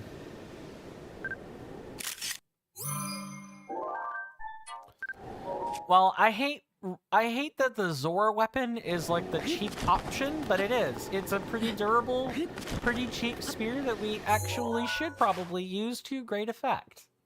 So that's what we're gonna do. Okay. We've gotten all of those. But we haven't yet gone back around to grab this one over here. We've got that Koroks seed, but we don't have this one here in Lanayru Bay. Let's go to Horan Lagoon and just start traveling that way.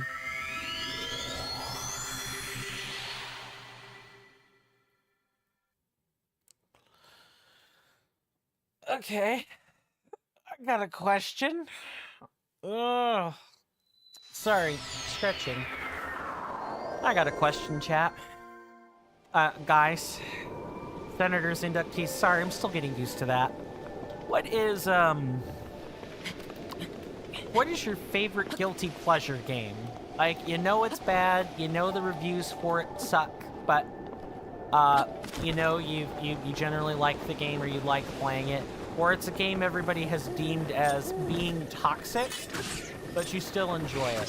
For me, that game is probably Smite or Magic the Gathering Arena.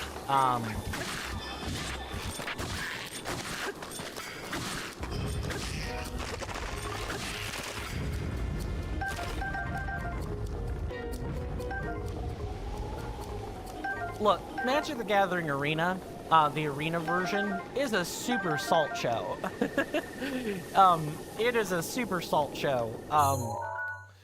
The format is so fast. The formats in there are so fast and so full of unfair stuff, it's not even funny. Magic the Gathering, for those that don't know, is a trading card game. I'm a huge Magic the Gathering junkie. I really like the card game. It sucks that it's attached to Hasbro and the CEOs at Wizards of the Coast. I wish it wasn't, but it is. So, like, this is my part of being an unethical gamer, right? Yeah, this is my part of being an unethical consumer. I should disavow them and not consume any content they make. But I enjoy the... I'm pretty sure Richard Garfield would not have consigned himself to being a tool of corporate overlords.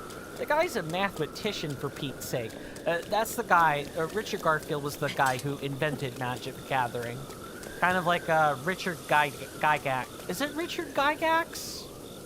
I might be fibbing. Hang on a second. We're looking shit up in real time because I don't want to be telling my folks lies.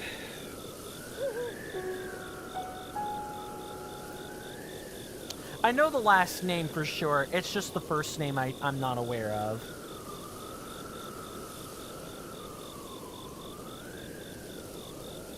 Gary Gygax. That's his name. This dude died back in 2008 and was the pioneer for Dungeons and Dragons. Now, Gygax was a piece of shit. I don't know too much about Richard Garfield. If Richard Garfield turns out to be a piece of shit, okay, well, cool. I guess I'm gonna have to figure out how to reconcile my love of the game with the abhorrence for the man. I'm like, has the game outgrown Richard Garfield? I think it has. I think it has. Like, I'll put it this way. Magic the Gathering back earlier on was Unga Bunga Land. You did not play Magic the Gathering for busted combos or free spells or anything. Rivali's Gale is now You got ready. a really overcosted, underperforming blue creature with Island Walk, and you freaking enjoyed it. Because that's all the blue mage is getting for combat relevant creatures, or ones that morph into 0/8s or whatever. And you better enjoy that shit.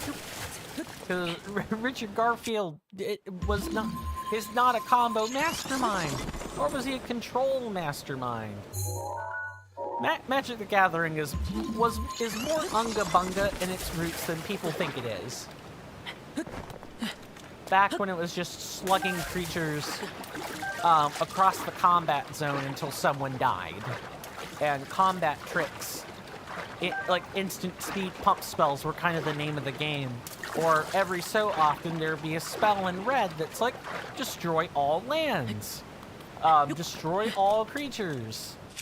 And, you know, it was a, 2-hour slugfest sometimes.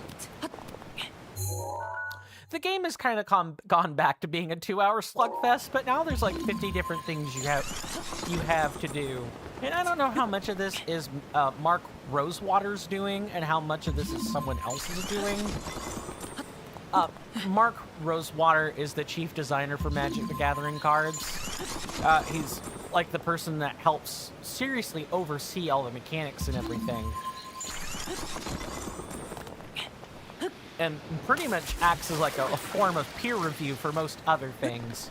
For most other mechanically related Magic the Gathering topics. And sometimes he'll get involved in even the storytelling aspects of Magic the Gathering, but generally speaking, the man is more known for his design and mechanics, and he leaves the storyboarding to a different group of people. He's just not part of the same department. Anyway, I know I'm busy nerding out about Magic the Gathering, and I guess that's how it is, because I really got nothing relevant to talk about in the game at the moment. Where is this? Oh, it's on the other end of the coastline, because of course it is.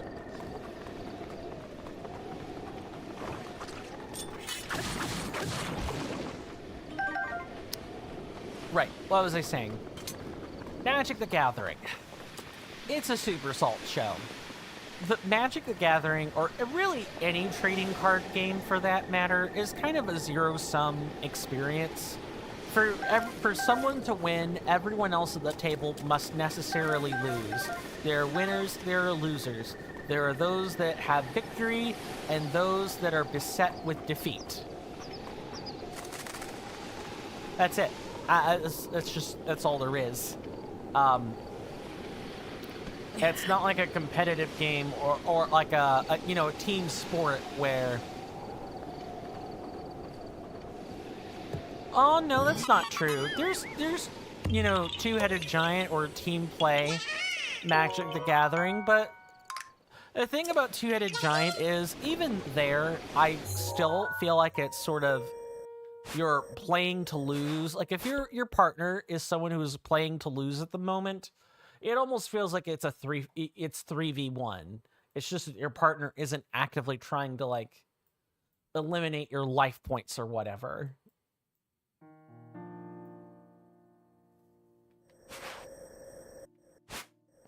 Did I...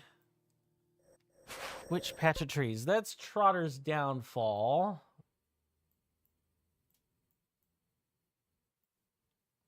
We got that one here. We got that one there. I think that's it.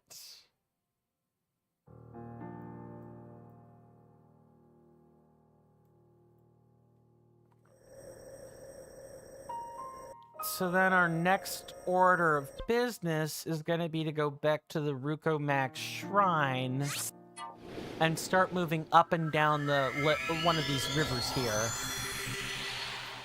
Okay, I think we're making some good progress. Anyway, back to Magic the Gathering. I am a blue-red mage. My favorite strategy in Magic the Gathering, especially one-on-one, is counterburn. Or dodge and burn, as the Duel of the Planeswalkers deck is often called. I enjoy a good sport of burning someone to the finish line while they sit there and can't play the game. I truly do enjoy that. I also don't mind when it's happening to me, provided it's also 1-for-1. As soon as I start getting 3-for-1 or 2-for-1, or, people start stealing my cards to use them against me, yeah, I hate that shit. Oh, I hate that shit. I hate it a lot. And I'm gonna sit there with a mildly perturbed look on my face as I watch my opponent cast, what is it, Heinous or treacherous robbery for x equals 8 and start comboing with my cards. Or start controlling me with my cards set to the side. I hate that crap.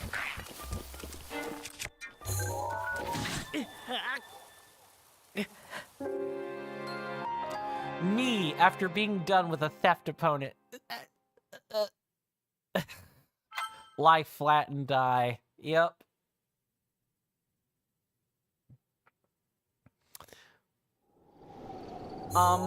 Please don't tell me I have to go back and repeat that. I have to go back and repeat that. Cool. Gonna make a save right there. So we don't have to do that again. Because that freaking sucks. My sibling, who also plays Magic the Gathering, but not as much as I do, is a base green mage, and generally likes they like some things about blue, but they're generally a green person through and through. Meanwhile, my dad, who occasionally plays the game with me, does more red-black. And might occasionally splash white or a different color. Whenever I can get him to play, or whenever I think about asking him to play. That's usually what he does. He just likes those two colors. It's the Rip, Shred, and Destroy pair of Magic the Gathering. It's just missing green. That's truly the get rid of anything color, along with Abzan. Green, white, black. Just get rid of everything. Magic the Gathering is fun, but sometimes it is a salt show.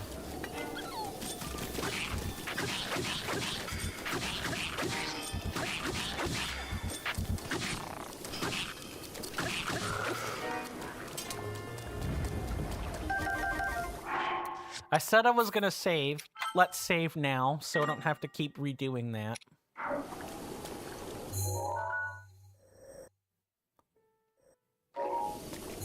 Alright, so where's this next one? Over here? Yeah, we're looking right across from it.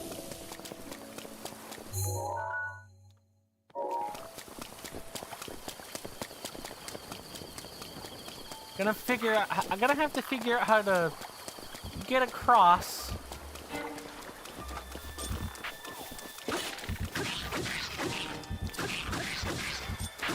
I didn't think I was gonna be bumping into your kind, but I guess I forgot which side of the river I was on. Ugh. Sorry, I've got an itchy leg I'm really trying hard to scratch right now. And no, I'm not talking about third legs. Get your mind out of the gutter, random chat user number 599. Because I know people be perverted like that. Speaking of, I'm gonna say, I'm very quick to jump on the bandwagon of poke the pervert, but I am not, free of sin myself. I have dirty thoughts. The difference is I'm much better at keeping them contained. I just don't talk about them much in front of other people.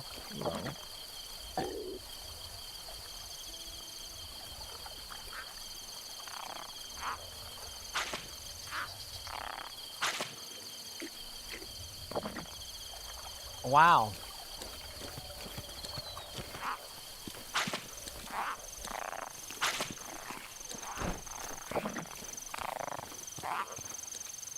Get him. Goodbye.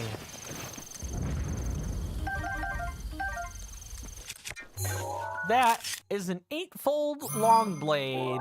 This is the two-handed version of the 8-fold sword. A single-edged sword seldom seen in Hyrule, this weapon is passed down through the Sheikah tribe and has an astonishingly sharp edge ideal for slicing. Yeah, I don't want to use my Lionel weapons if I can at all help it.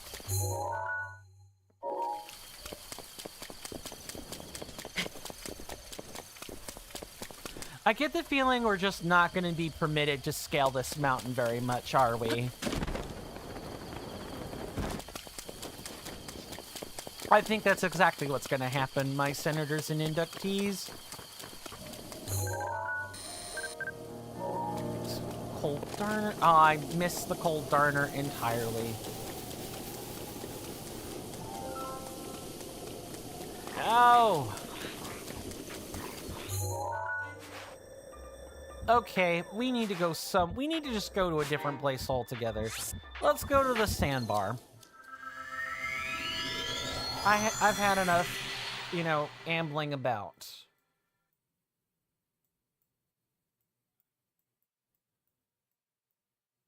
Okay, so the sandbar. Okay, yeah, I've got a few things we can do over there in that general direction. Hopefully everybody has been enjoying the gameplay and commentary. No, you must not hurt the flowers. They're screaming out in pain. Yes, Magda, I'm aware. Thank you, though. Hey! Look, do you see? The shrine has changed to a pretty color. No, you had nothing to do with it.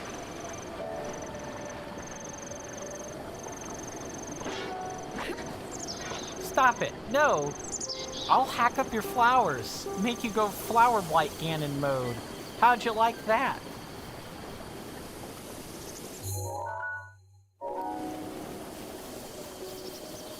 Well, at least now we can actually, you know, climb things for a change.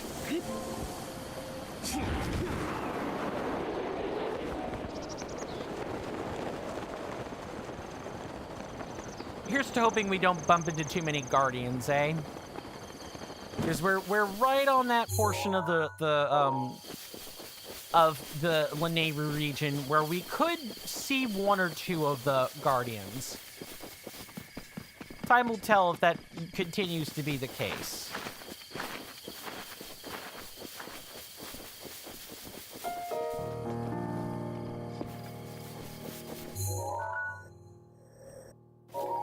Okay, it'll be right at this intersection of paths here. And let me also equip a shield so I'm not a complete loon. It's this tree, isn't it? I think it's this tree or it's a boulder. Yep, it's a boulder. It's a tree. It's a boulder. It's a tree. It's a boulder. Relax, man. You're too tense. That's not the joke, but it's the joke I'm gonna use.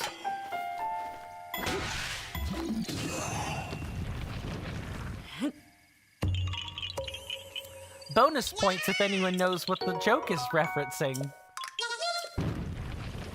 This is where some of the more perverse minds may or may not be inclined to figure out the joke. We'll see. Next patch of trees over that way. Huge, humongo patch of trees.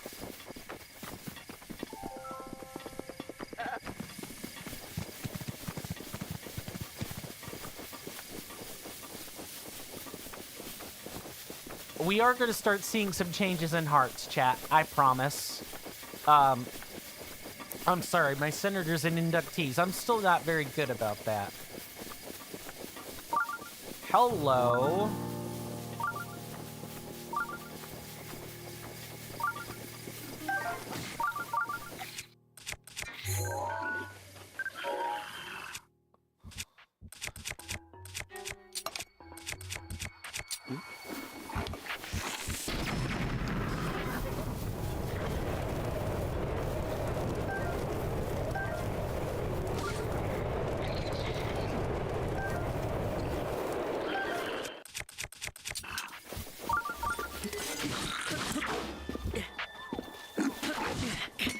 What?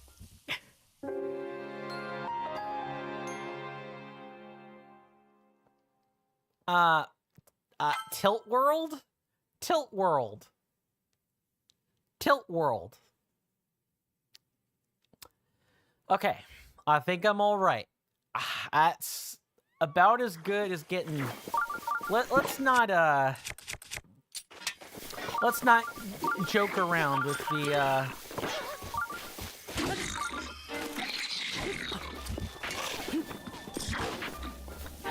But let's not joke around with the bomb arrows.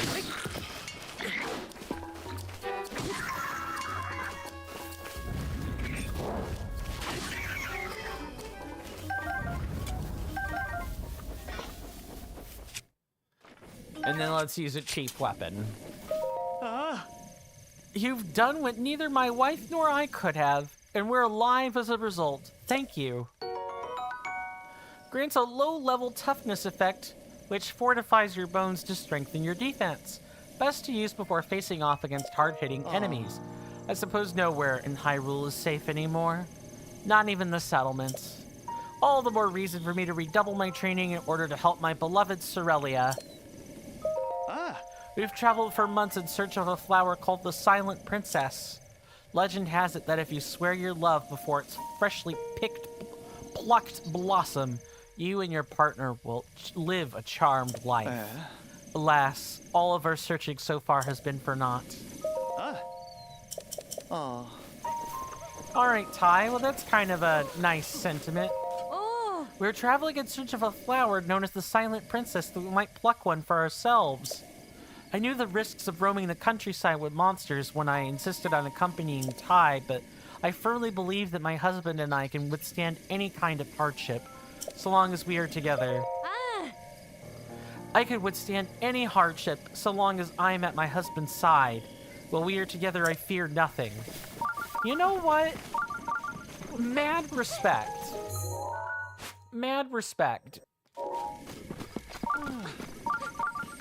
It's nice to meet a Hylian couple out there that can, you know, withstand any kind of hardship.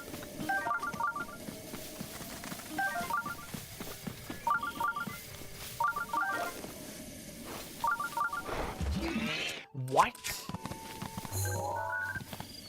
That mountain doe just tried to ram me. Does aren't supposed to do that. That should be stags doing that. You know, they should actually have antlers and stuff. Instead of cheating, like the game is apparently doing. Oh, well. Is it over here, right in the middle? I guess it's kind of in the middle. Looks like it's a rock and a clearing, too.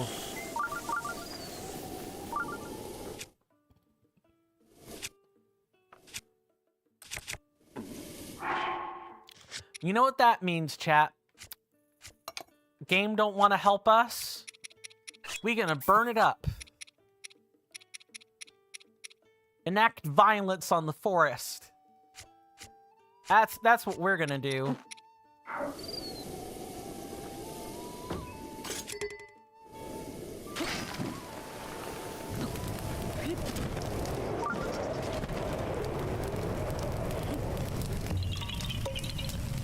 Oh, isn't that just a lovely image?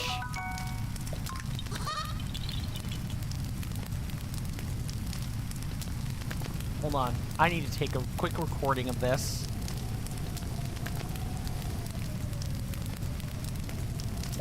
Bye-bye! While my game kinda lags out soft core.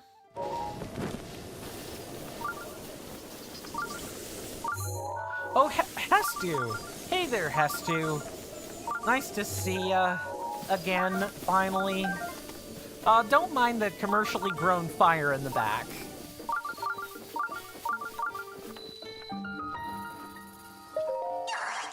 Shalaka, we meet again. I want to go home to Korok Forest, but I've lost my way. According to the folks at the stable, this area is the Lanayru region. Shashaka, that means Korok Forest is still north of here. Well, since I'm already here, I may as well stay a while and relax. Oh, wait a minute. I detect the scent of Korok seeds. You received a Korok seed from the forest children, haven't you? I have. If you give me Korok seeds, I'll make one of your stashes bigger. Which will it be? Bows.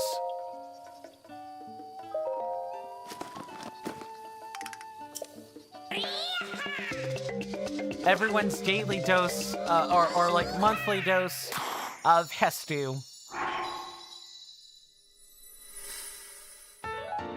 Da na na na.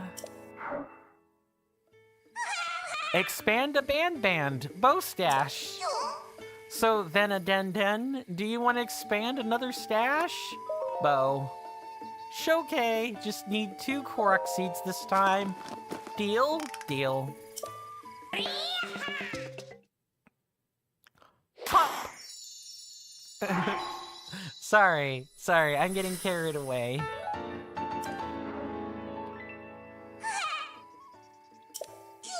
Yes, shields this time. I would like a couple of shields.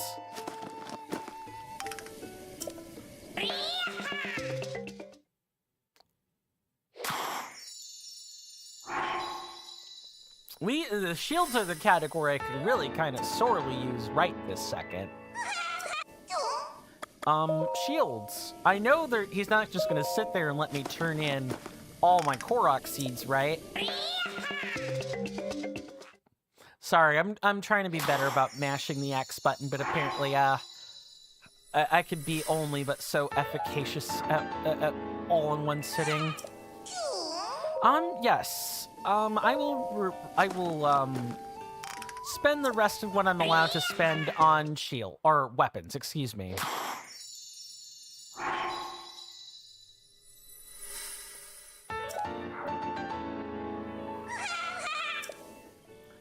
Fwa? Fwa! I think I remember how to get back to Korok Forest. Cool. Maybe I'll head back now. I bet Grandpa's waiting for me. Thanks for the Korok seeds. I'm off to Korok Forest. Come visit me there sometime. Okay.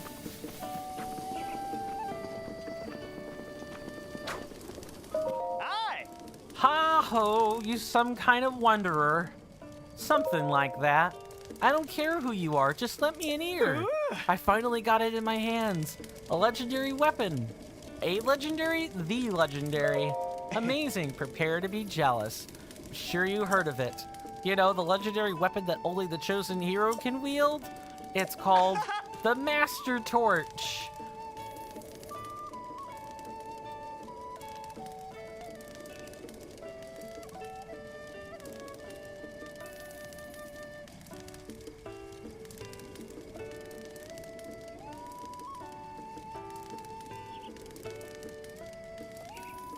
I can feel my wits evaporating in your mere presence. Insert eye roll here. I'm pretty sure that's what it's called anyway. It's not a torch, it's a sword. Whatever, leave me be, commoner. Screw you. I'm trying to practice here. No, you're not allowed to practice, scumbag. The flame that lights the darkness, the Master Torch.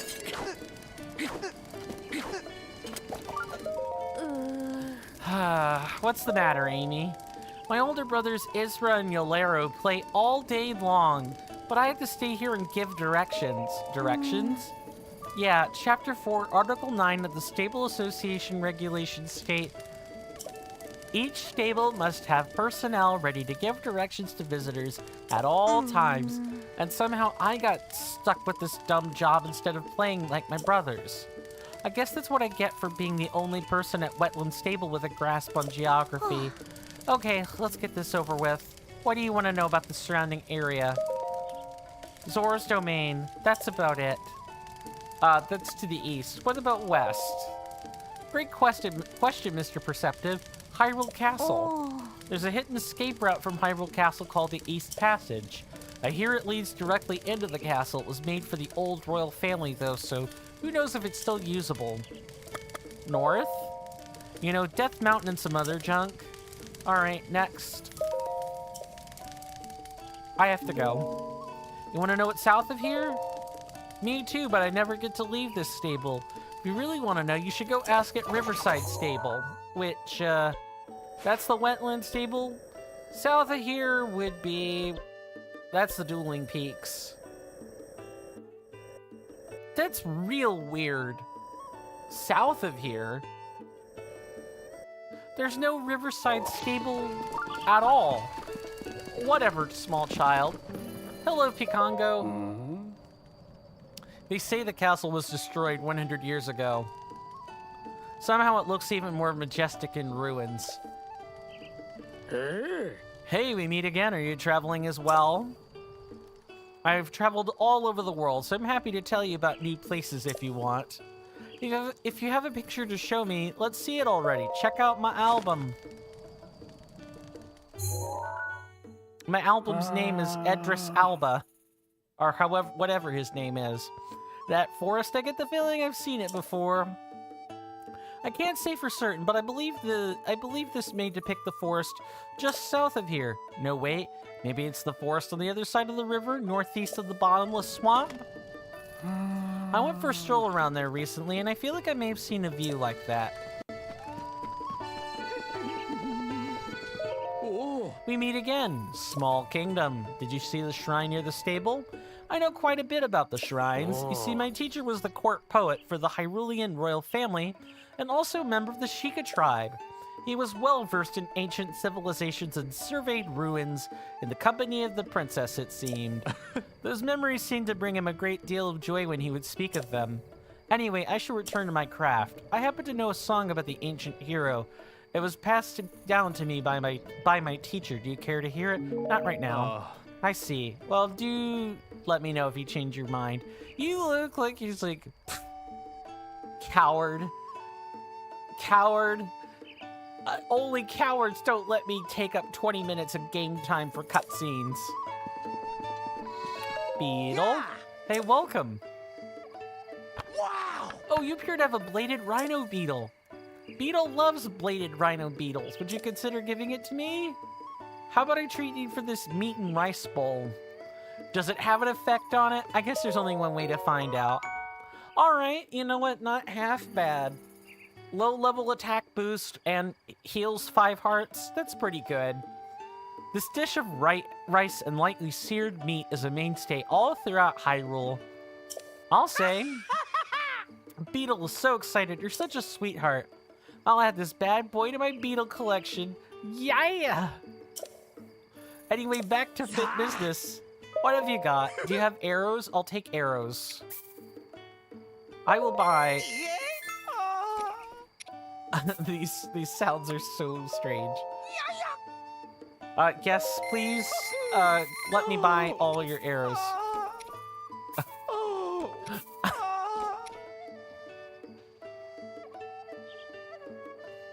Oh my god. Oh my god. I'm sorry. I'm a little 5-year-old, okay? I admit it. I'm a 5-year-old, I'm easily entertained. I like it when NPCs make strange noises I can spam. Hi. Welcome. Will you be staying with us? A regular bed will cost you 20, and a soft bed is 40. Soft bed? A soft bed is a special bed we're proud to offer here at the stable. It costs more than a regular bed, but you'll wake up more energized. Nope. Never mind, come see us again. Rumor Mill, Volume 5. I feel like if I don't take a second and read before I actually start speaking, I will just end up merging every other word every 5 seconds.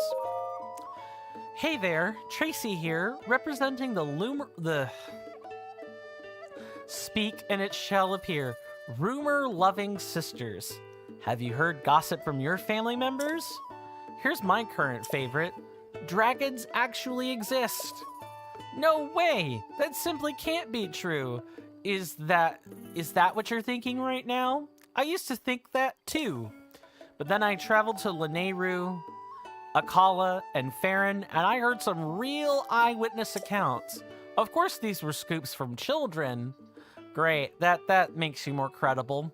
But still, children are pure of heart, meaning they would never lie. I have total confidence in my sources. Tracy's recommendation? Oh, this one's not a 1 or 5, it's 4. 4 out of 5. Cool. Is that really the only allotment of NPCs that are out here? No, there's one over there.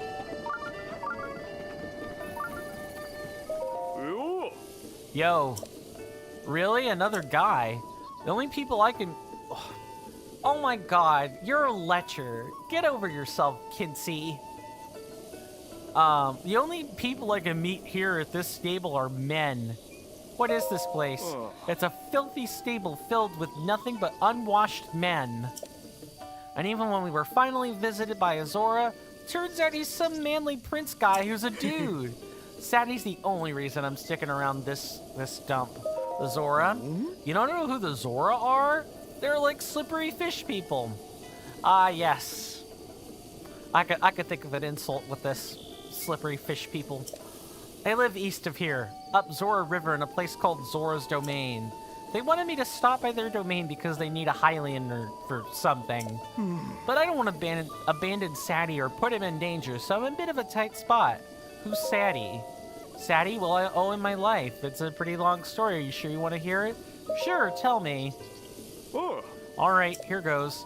Have you heard that rumor about the strange mountain upon which a bunch of animals appear at a certain time? Well, when I heard that, I went there to do some hunting. I thought it sounded like a good opportunity to turn a profit, selling the meat and whatnot. And then... So I go to the mountain and wait for the animals to show up. When suddenly this dirty little pup appears out of nowhere. I figured he's been separated from his parents or abandoned by his last owner.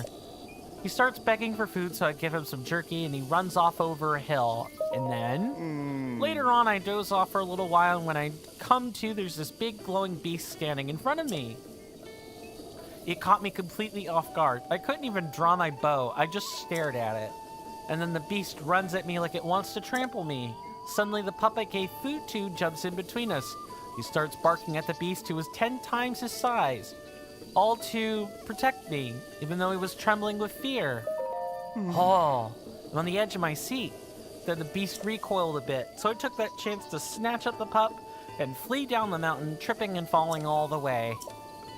And that's my story. The strange mountain is called Satori Mountain. It's west of Central Hyrule. I brought Saddy back here, and we've been best buds ever since. If you're feeling brave, you should go and find that glowing beast on the mountain and give it a stern talking to. Oh, it's just you. Oh, it's just you.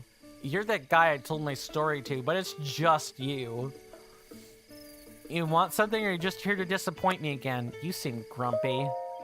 Take a look to the east. It's always covered in clouds, right?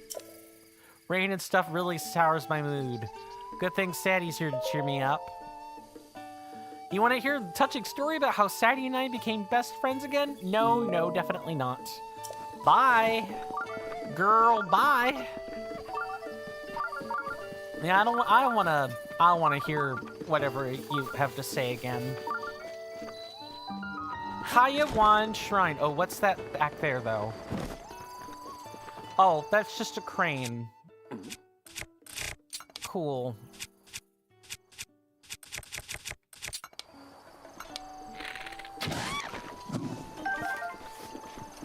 So what we're gonna do, my senators and inductees, is we are gonna solve this shrine, and that's gonna be the end of that.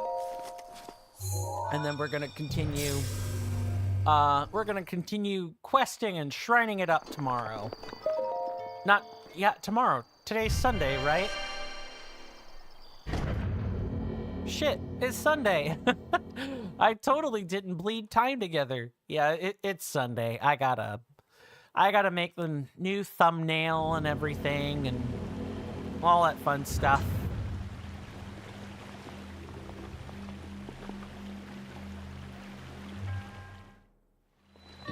Shields from water. Oh, you're gonna make more Crayonus puzzles. Sure.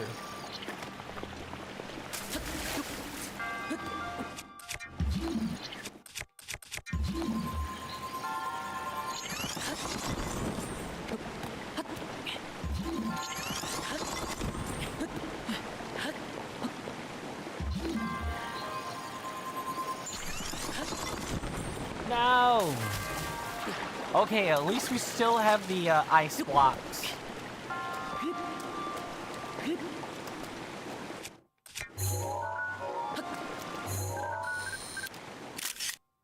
Guardian Scout number 1.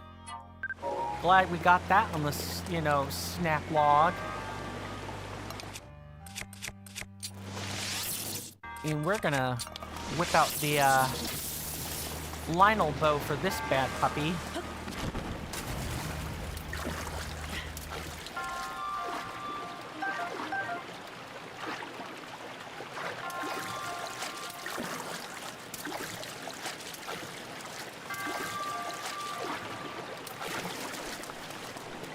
And then back to making ice pillars and checking for shrines and chests in water. I want to call the chests shrines for some stupid reason.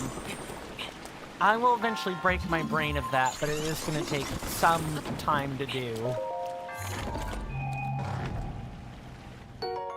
Ooh, ancient core. Awesome.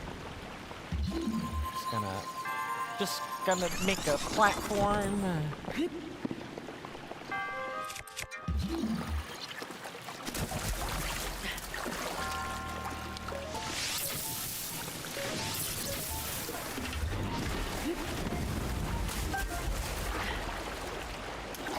No.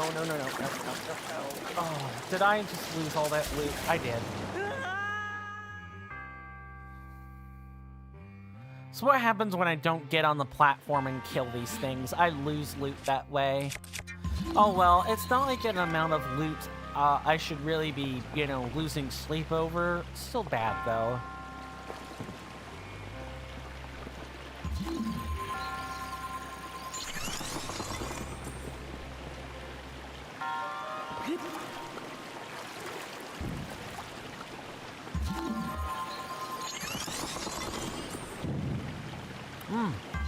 Thank you, Suribot, for protecting me against that damn spam.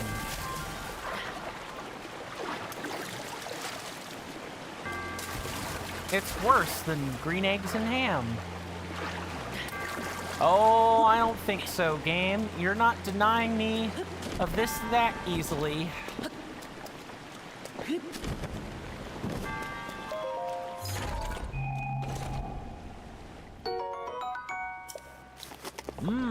I will definitely take one of those.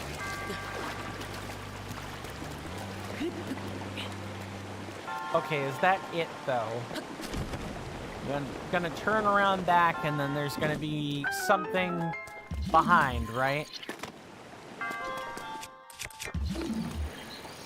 No, there actually isn't. I think we've gotten everything out of here. All right.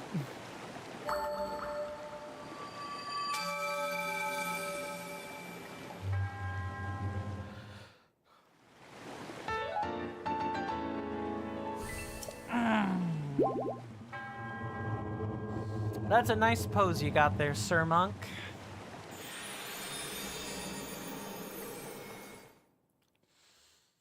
Well, I did tell my folks I would be done at 5, and I'm already 10 minutes late on top of that, so let's see. Do we at least have the capacity to raid today? Because if not, it's cutting and running time, chums.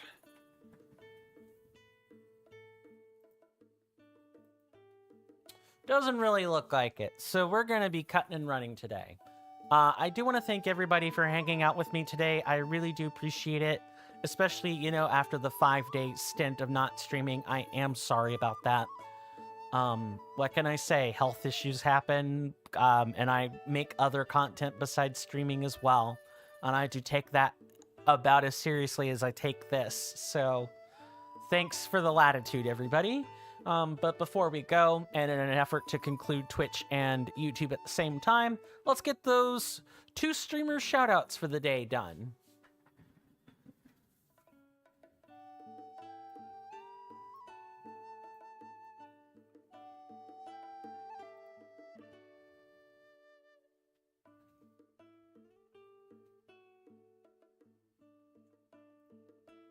Ooh, I might tune into this one. If you guys don't know who Couch Jockey is, please go check him out. He works super hard on his content. Let's go ahead and type that in now.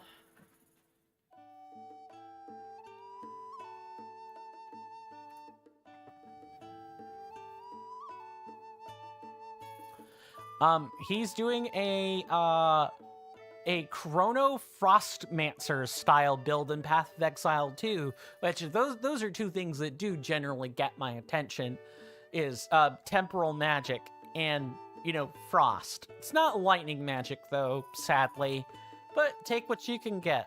And ice is my second favorite, you know, elemental attribute in games like ever. As ice usually has a lot of hardcore control elements associated with it. It's what I like about it. As for the other person we can shout out today,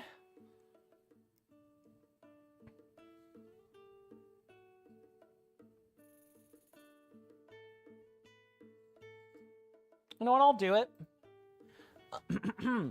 If you guys don't know who Richard Bam is, please also check him out. He does pretty much consistent World of Warcraft content. So if you guys like World of Warcraft, retail, classic, and so on, you're gonna love him.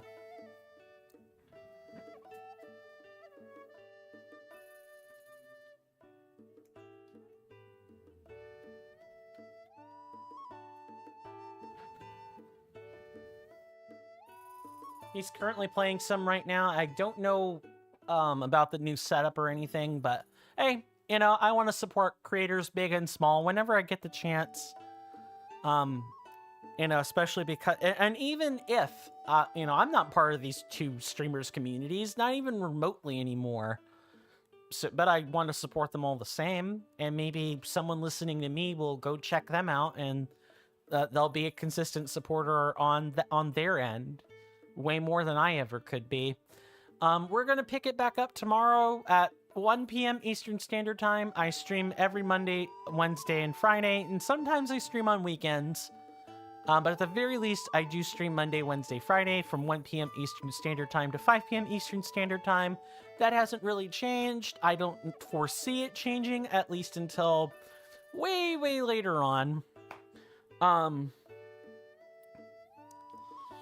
You guys know all the algorithmic stuff to do. Follow, subscribe, join the Discord. Which I'll go ahead and chill that while we're here.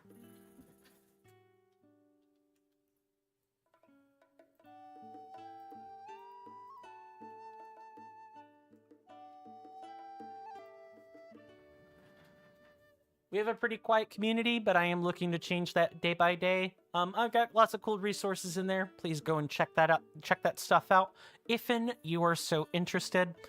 I think that'll do it. My name is Coinstamp or Swirling Vortex. Most people call me Coin. It's easy to say. This has been another episode of Breath of the Wild, Legend of Zelda Breath of the Wild, and I look forward to doing this again tomorrow. Hopefully. No, tomorrow unless something shows up, I guess. And with that, take care of yourselves, my senators and inductees. You're welcome in my hallowed halls anytime. And with that, goodbye.